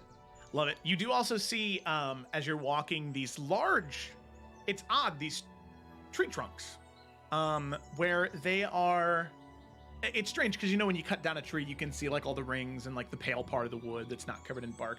These are tree trunks, but they're completely covered in bark. Almost like these, I don't know, like half buried balls of wood. But as one of you steps a little too close, not exactly sure of what it is, assuming that it might just be some strange type of tree, you can see that tree trunk begin to move and shift and rise from the earth. As you see Lila, you'd be able to recognize, you'd never heard of them in that state, bark-bound bears, where these black bears emerge completely covered in moss and dirt and mud with bark covering their entire forms as they were kind of balled up, almost like an armadillo, burrowing, sleeping in the ground as they kind of get up. The bear kind of looks to all of you and will stomp away. I love this little animal planet we've got going on here. What's next? Again, why are we going back to the hills? I don't know. And Alfie Honestly, tried I to don't like this find railroading. some just like pretty flowers out here and just Yeah. kind of put some in Twig's hair just to try to cheer her up a little bit. I know it's not gonna help, but just a little something, make her a little Feywild flower crown. Whew, say that 5 times fast. Yeah. Yeah, and just casually as they're going along, and he'll make Lila a little matching one too, so they have little fairy crowns together. So And he'll give her like a little wink and try to give Twig a squeeze of the hand, just to try to pick spirits up a bit. Yeah. Yeah, for sure. So, Nalfi and you do just that, the small flower crowns York that are made. can have one too. He'll put like a little, like the most obnoxious flower he can find. It's like a really big, like pink fluffy bitch right here. Oh, one of those. Okay. Truffle tree. Yeah, truffle that. Little truffle tree, yeah. Yeah, and stick it like behind York's ear. Just kind of give him the finger guns. Stunning. It's cute. Nalfi, and as you Oh, go to yeah. pull as you go to pull like the truffle tree out, there's this short orange guy that says, "Hey, what are you doing? So amazing. What are you doing?" Nah, I'm just Danny's kidding. cousin. That's fine. That's okay. All right. See you later. No. We have to recruit him to be a knight of Ptolemyr. Yeah, it's only fair. He sort of like knuckles his mustache. Nah, I'm okay. See you later. You fit right in. I got other trees to speak for. Bye bye. I bet he'll be in a We'll one save. shot later. You see, he stops walking and he just picks himself up by his butt and just Oh floats my God. away. Everyone's getting little flowers in their hair. Twig will also pick a couple, and she'll put one in each of the brothers' hairs too. Not have them mixing out. Poor. You sweet. See, She's like Vexus, not he gonna kinda- say anything, and it's very hesitant, but she's gonna do it and then immediately run away. You see Vexus, he sort of like stares at you as you run away. Well, pulls out a small pocket here. Looks pretty good. All right. And you can see Arathor just sort of looks at him. Could you please just not for just a little bit? I just really would appreciate it. And he's like, "What? The flower? It looks nice. I mean, you look so cute, brother. You just look so adorable. Look at you. Oh my goodness." And he like pinches his cheek, and you see Arathor grab his wrist and is like, "Don't call me cute ever again, okay?" Oh my god. Yeah, having a brother's not that different from having a sister. You got it, dude. No problem. That's fine. Just ow, ow, ow, ow, ow, ow, ow. And he lets go of the rest. Now we're all cute. Yay!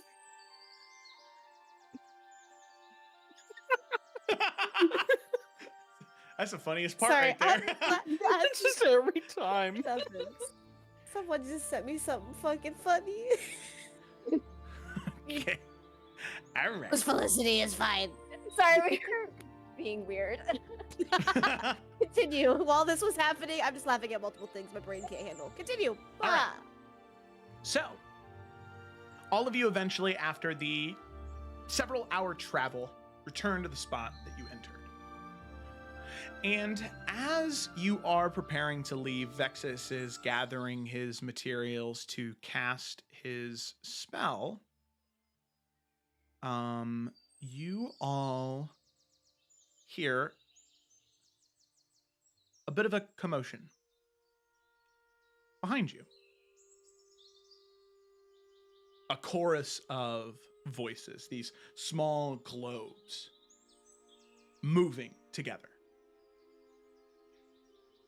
Not just 3, but 60, 70 globes of light of varying sizes moving towards all of you. A cacophony of wait, no, please don't go yet. No, please, no, stay. No, wait, just 1 second, please don't go yet. Where's Twig? Twig, please don't leave yet, Twig. Twig will like step forward. Yes. I'm sorry, that was really fun. So you see the spirits sort of stop, and you see them kind of meld and shift and change. At the very front, you see the 3 bunnies that you had spent quite a bit of time with in Sandpoint. But then you see the others shift and change. Animals that... Twig, you've always been good with animals. You've always been able to commune with them even before you could talk to them. And so many of them you recognize. It's small things. A sparrow with a little bit of a clipped wing. A collection of fish that had small holes in their mouths from being caught and tossed back in the river. So many different animals that had been wounded in some way, that had some type of marking on them telling of their past even without them saying it to you. Animals from Sandpoint, animals from White Harbor, animals from Raven Rock, from Highland Pass, from Hearthcrest, from all over that you just happen to cross paths with.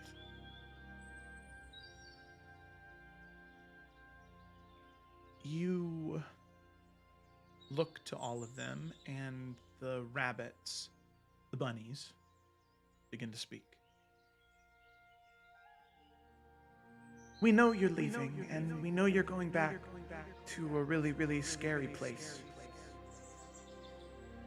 And we know there wasn't much we could do to help to keep you safe in Sandpoint. But even so, we still want you to feel safe now. And so, we want to give you a gift before you go. To help keep you safe. To help keep you at peace. The same way that you did for all of us. Back then.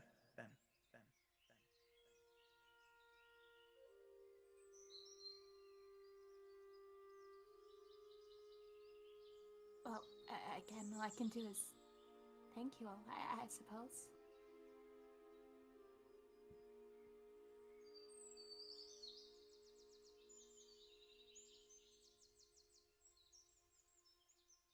And you see all of them sort of share looks with each other.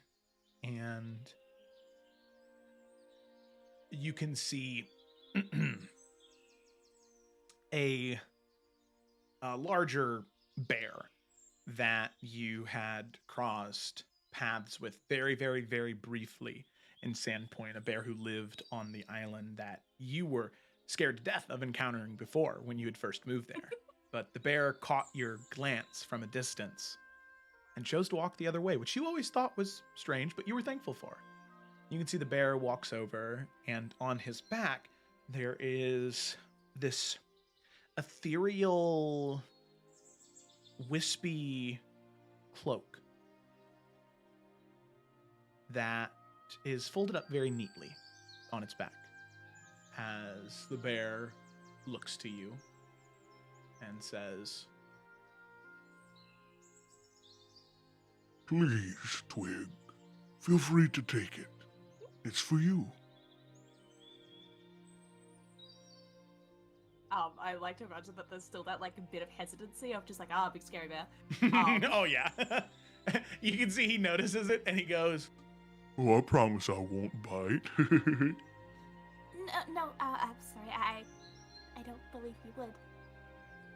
She'll step forward and pick up the cloak. and as you pick it up, Twig, as you hold it in your hands, you can hear the chirping of birds, the chittering of different animals, flapping of wings. You hear all of these sounds of nature, these whispers of it. And you can see the cloak itself is, like I said, very ethereal. There are these like strands of moonbeam silk. And there are these very faint leaf-like patterns that shimmer with this faint luminescence. And there's a clasp, this silver leaf. And as you go to put it on, it is as visible or as invisible as you want it to be. The cloak can be brighter, can glow, it can be luminescent, or it can blend in, it can camouflage. As you, before you return, you will have the opportunity to, should you choose, attune to the Cloak of the Whispering Glade. So, same description I just said, for the most part. Has four features, technically. So you gain a +1 bonus to AC and saving throws while you wear this cloak. Heyo, always love that. Then it has 3 things that you can use charges for. Cloak has 7 charges. First one is Fey Guardian. When Twig or an ally within 30 feet is hit by an attack, she can use her reaction to expend 2 charges from the cloak to cause the cloak to emanate a dazzling burst of Fey light. The attacker must make a wisdom saving throw. On a failed saving throw, the attack misses. The cloak's light disorients the attacker. Second feature is Nature's Aegis. As a reaction, when Twig or an ally within 30 feet of her takes damage, she can expend 1 charge of the cloak to cause the cloak to envelop the target in a protective embrace, granting resistance to the damage taken from that specific attack. And then finally, Whispers of the Glade. When Twig or an ally within 30 feet of her fails a saving throw, she can expend 2 charges to allow the target to re-roll the saving throw. And then, there's one line that is wrong there. The cloak does not regain all charges at dawn. You roll 1d6 plus 1 at dawn. Which is in the recharge description, but it's wrong in the actual description of the item. Dawn. And it's just at a long rest, just because, as we've learned with Lila's armor, it makes it way more easier to do at a long rest than at dawn. But you should be able to add that to your inventory now. It should be in D&D Beyond.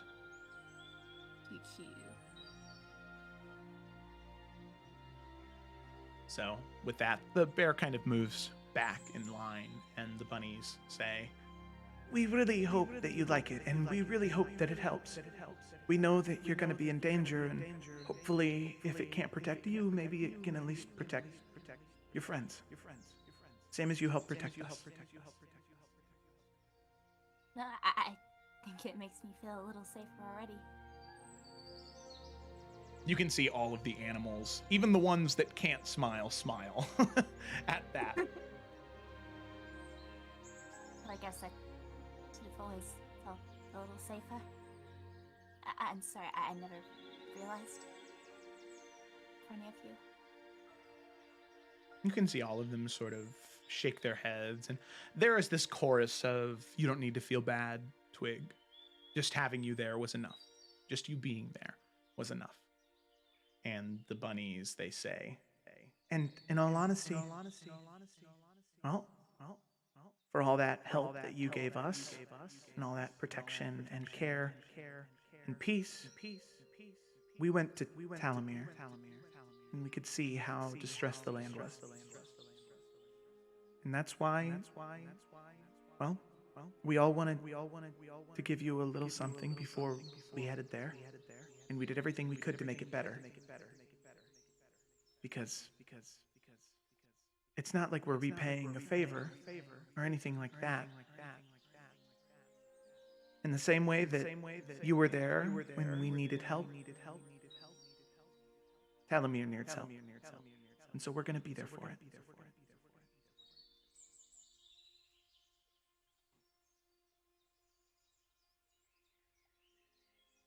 Thank you.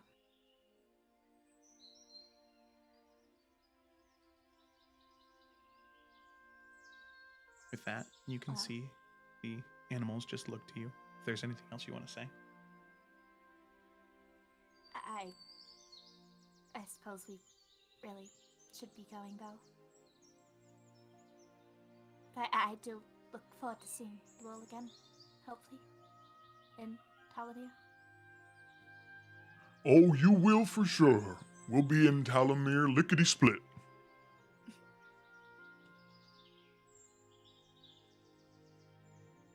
With that, Twig, you can see, just as the three bunnies did before, all of them begin to turn back into those globes of light, rise into the air, and pop, pop, pop, pop, pop, pop, pop, pop, pop, pop, pop.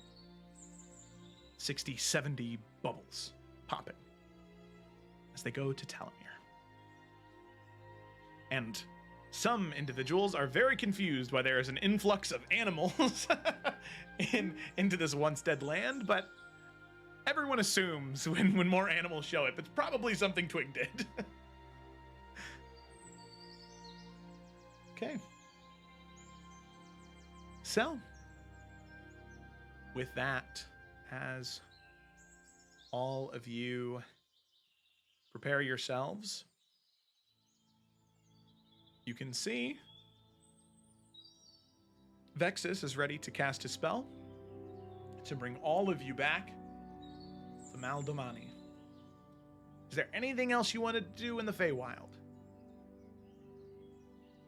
They got houses for sale out here. I mean, What's the yeah, real but estate like? I'm just kidding. You trying to change the direction of the campaign? Gonna the real estate simulator in the Feywild? Yeah. I mean, they seem now to can have start a things small handled business here. now. It's now a farming sim where we are just in the Feywild and we're just gonna, set ourselves up. It's gonna be cute. We're gonna make a bunch of friends. We're gonna And take that's care it. of aminals. Yeah. Campaign over. Done. It's like that part in God of War Ragnarok that everyone hated but I loved with the cow. Oh, with Angerboda? Yeah. And the cow in I the love that Ironwood. part. Yeah. I love I it. don't hate it. It just felt so long when I was playing through the game in one Long. sitting. It felt like 15 hours of the 22. Anyway. And that's why I don't speedrun. I don't even know a way you could speedrun that game because all the cutscenes. Anyway, bop. So, Vexus begins to cast the spell. Anything else in the Feywild going once? Going twice. Twice. There you go. No. 3 times. As all of you see the portal open underneath your feet, Yorick, you hear one final thing before you leave the Feywild. You hear Elendara's voice in your mind. An echo. A promise is a promise. You brought me back to the Feywild. And when you return, when you need it, I will grant you one wish that is within my power to give.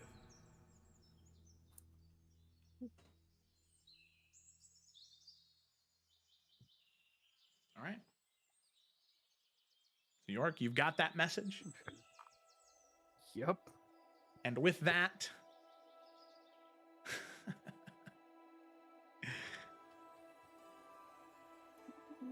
you all... Oh, man. I know everybody's so excited.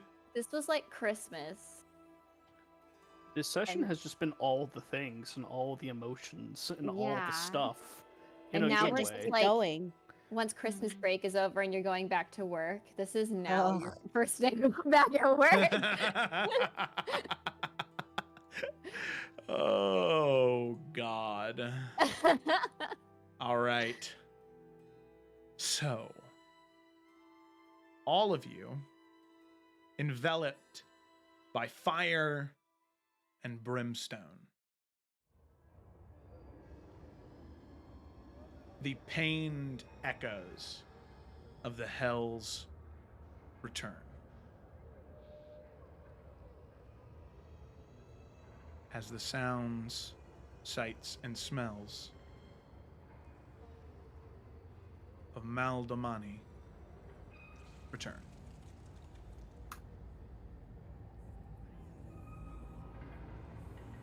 Fucking whiplash. I know. I was just thinking that. I was like, Jesus Christ. Why did we leave the Baywatch? Whack. Do we actually have to save the world? Haven't we done enough? Let someone else Right, do exactly. it. SC. What have the wardens been finish doing it. lately? I'm not shit. Taking a vacation. York's on a hammock Well, right now. Not York, sorry. Barnest. Smartass. Yorick should be on a hammock right now. In the Feywild. Probably have great tropical drinks in the Feywild. They probably do. What does a beach in the Feywild look like? Let's just think on that. for a Oh, minute. I don't want to think about that. All of you return. The city, not the city, but the plain of Maldamani on the precipice between where you are now, the entry point, the river Styx, and the ruined city of Malagard. As you arrive, you can see Zevran is still sitting near the same table as all of you appear within that inn. You can see there are several books stacked near him, as it seems as though he was able to get some type of reading material. As all of you return, he stands immediately and says, "Oh, thank the gods you're all right. Hello, welcome back. I'm sure the Feywild was absolutely dreadful and you are ready to return any minute, right?" Exactly. We are so glad to be back. I figured as But much. it's great to see you, buddy. Yes. Did you know that the squelching of blood and death hasn't stopped since you've left? You know what? Did I know that? No. Am I surprised? Also no. It's been so fun. But jokes aside, I'm very happy that all of you are back. And he'll, obviously be very excited to see everybody, but he'll move to Lila and give you a hug and a kiss to know that you're okay and that you made it back. Yeah. She'll do the same, but also like with a Um, in the back of her head. Actually, let me see something here real quick. Are you gonna make him roll a insight check? No. Oh. Your passive He's insight. gonna read your mind. Your passive insight, Lila, is high enough that Zevran does seem a little, I don't want to say nervous, but he definitely has some, there's something under the surface, because when he hugged you, he held you for a little longer. And there was a little bit of a tighter squeeze as he kind of let go. It was infinitely tiny. But you just barely I get pick it. up on it. Where you can tell the vibes are just like they're almost right, but like right below. Yeah. She's okay. Put it in the pocket, the folder of the other thing. There's squelching, you know, we gotta get back to the squelching, so. Mm-hmm. Yeah, of course. Okay. Nothing else happened while we were gone? No, I just did a lot of reading, as much as I could find. Most of the books were covered in, I'm going to hope, blood, but after so long, blood kind of turns brown. And, That it does. It's not blood. it's hard to distinguish the smell when everything kind of smells the same. You know what I mean? Yeah. Mm. You get used to it. I don't know if I want to get used to it, Yorick. I'm going to be very honest with you. But look, man, we told you it was going to be rough coming down. I know. I'm just thankful that you're back so we can get the hell out of here. Working on my stand-up routine for when we get back. Well, yeah, we'll get back to business so we can wrap this up. Good. What? I was able to speak with the imps. Gribbles is the head imp's name, the one who's in charge of the back and forth, and I was able to negotiate passage for free. Gribbles is not a very big fan of Glacia because Glacia ignores the rules of Beelzebul. So I told him that we do not like Glacia either, and perhaps we might have something to do with her not being around very much longer. And he loved that. So Gribbles is willing to allow us to pass directly through the labyrinth to arrive at the ruined city of Malagard so we can speak with Beelzebul and potentially see what he wants. Great. That's amazing and much more efficient than what we thought we had to do. Thank you. Of course. Attaboy, Zevran, and York will hit him on the same spot in his back. He always hits him. I was, just trying to be useful while I was here. And you were. You did a great job. Thank you. So and, when exactly are we scheduled to leave? As soon as all of you got back, actually. As soon as you're ready. And all of you, I'm sorry, I just noticed. Yorick, you have a short sword on your pole arm. Nalfian, your dagger looks different. Twig, you have a very lovely cloak on. And Lila, you are drowning in astral magic, which is saying something, all things considered. Yeah, very connected to Corellian on the Feywild. So You guys yeah, I'm got some new toys, didn't you, while you were in the Feywild? everybody. Yeah. Yeah. I made mine. Oh, that's cool. Yeah. That's what I thought. Didn't bring you back a souvenir. I'm so sorry. Oh God, we got so distracted. That's so sucky of us. We should at least brought you something nice. I brought you a shot glass from the Feywild. Yeah, the fucking Thank you so much.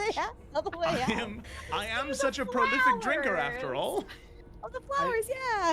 I think it's a shot glass. I don't know. What the hell? I can't handle this conversation. Wait, Especially pause, while question. the song Whispers in the Dark is playing. The brothers are still with us, right? They are, yeah. Okay. I didn't know if they had anything to say, but No, they're just they knew this would happen. Anytime you leave somebody behind to leave the hells, whoever doesn't get to go always is like this. All right. Well, I think if we're all ready.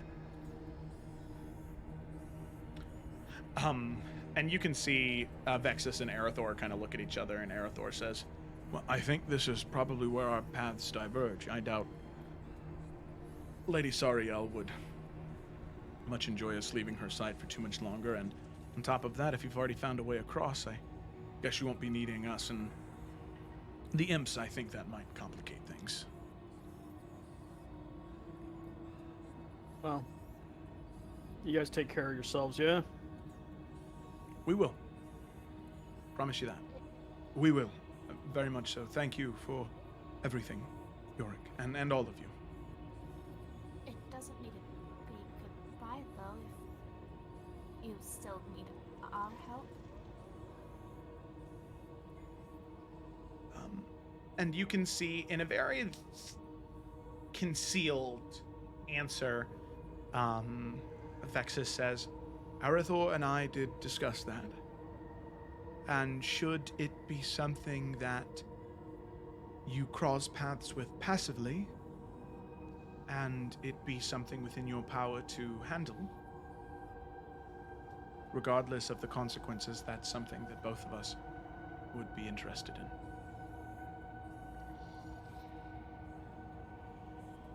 I think that is something that can be arranged. The only caveat is,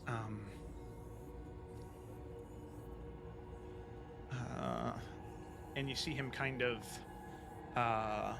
take out a notebook from his side, and he closes his eyes, and he begins to write in it, and he tears it off, and he hands it to Yorick. You're probably the one right in front, and hands it to you, and shuts it. And as you read it, it says, I don't want her to see what I've written, should she view it. Destroy her contract first. Allow her to willingly let go of ours, and then destroy the remnants of mine.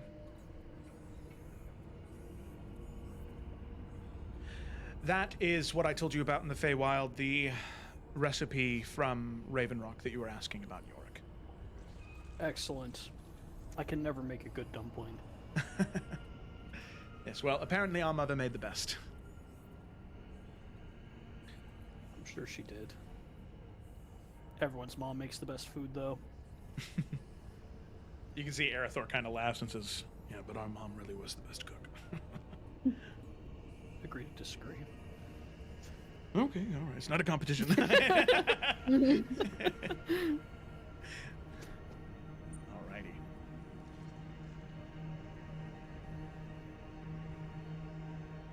So, I know we're gonna wrap up soon, but just a quick question. Yeah. I mean, I don't know, because it has been a while since we played. But, like, we've been traveling, we've plane jumped, we've come back. Like, are we tired? Like, has it been like a day and we need to rest soon? I would say, yeah, you would definitely okay, need to. bad. I think you'd probably need to take a long rest before you head to the throne of Belzebul. Okay, Cool. that checks out. I thought Luckily, that might be a good idea while things you're we're in good standing here. And in right now.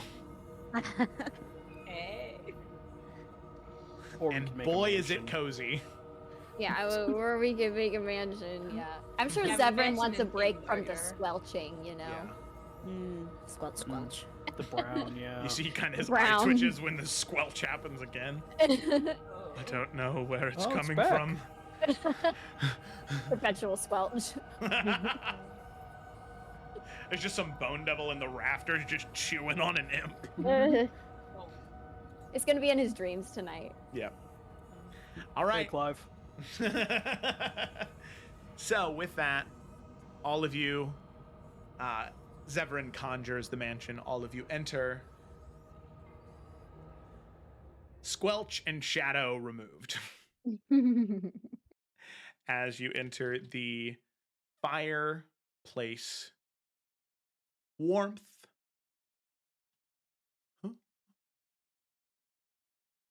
And oblivion musiced study of Zevran. This mansion. You're not inside him. You are. You're inside.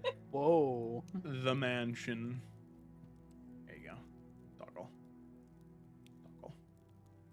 So, within the mansion, you find privacy, you find solace in your rooms, you study the new items you've created, the magical weapons and armor and wondrous items that will help you in the journey to come. A small breath of fresh air, a reprieve before suffering through the rest of the torment that the hells have to offer. Whatever curses of House Markle remain in Maldamani, the twisting of words that Mephistopheles will offer you, the slaying of Malice's phylactery, And eventually, the showdown against Glacia herself within the halls of Osmodeus' keep in the final lair, Nessus. The end is near. All of you can feel it. When Glacia is defeated, you don't know how much time there will be before a retaliation. But if all of you win this fight, you know it's not the end. So although the end is near, you know that there is still much more fighting ahead of you as you prepare for whatever waits for you within Beelzebul's palace and the plain of Maldamani. And on that note, that is where we're going to go ahead and end tonight's session, because that's just a nice little spot to pause. You have time to review your magic items. You can take a long rest. It's good stuff. So thank you all so much for watching. Thank you, Chris Hansen 69. Nice for showing up. That's awesome. Love to see it. Happy you showed up here at the tail end. That's really cool. Thank you so much. We will be back on Tuesday for Salamander Coast, on Wednesday for the Tales of Everett, and next Saturday for Isles, right? I don't think there's anything going on.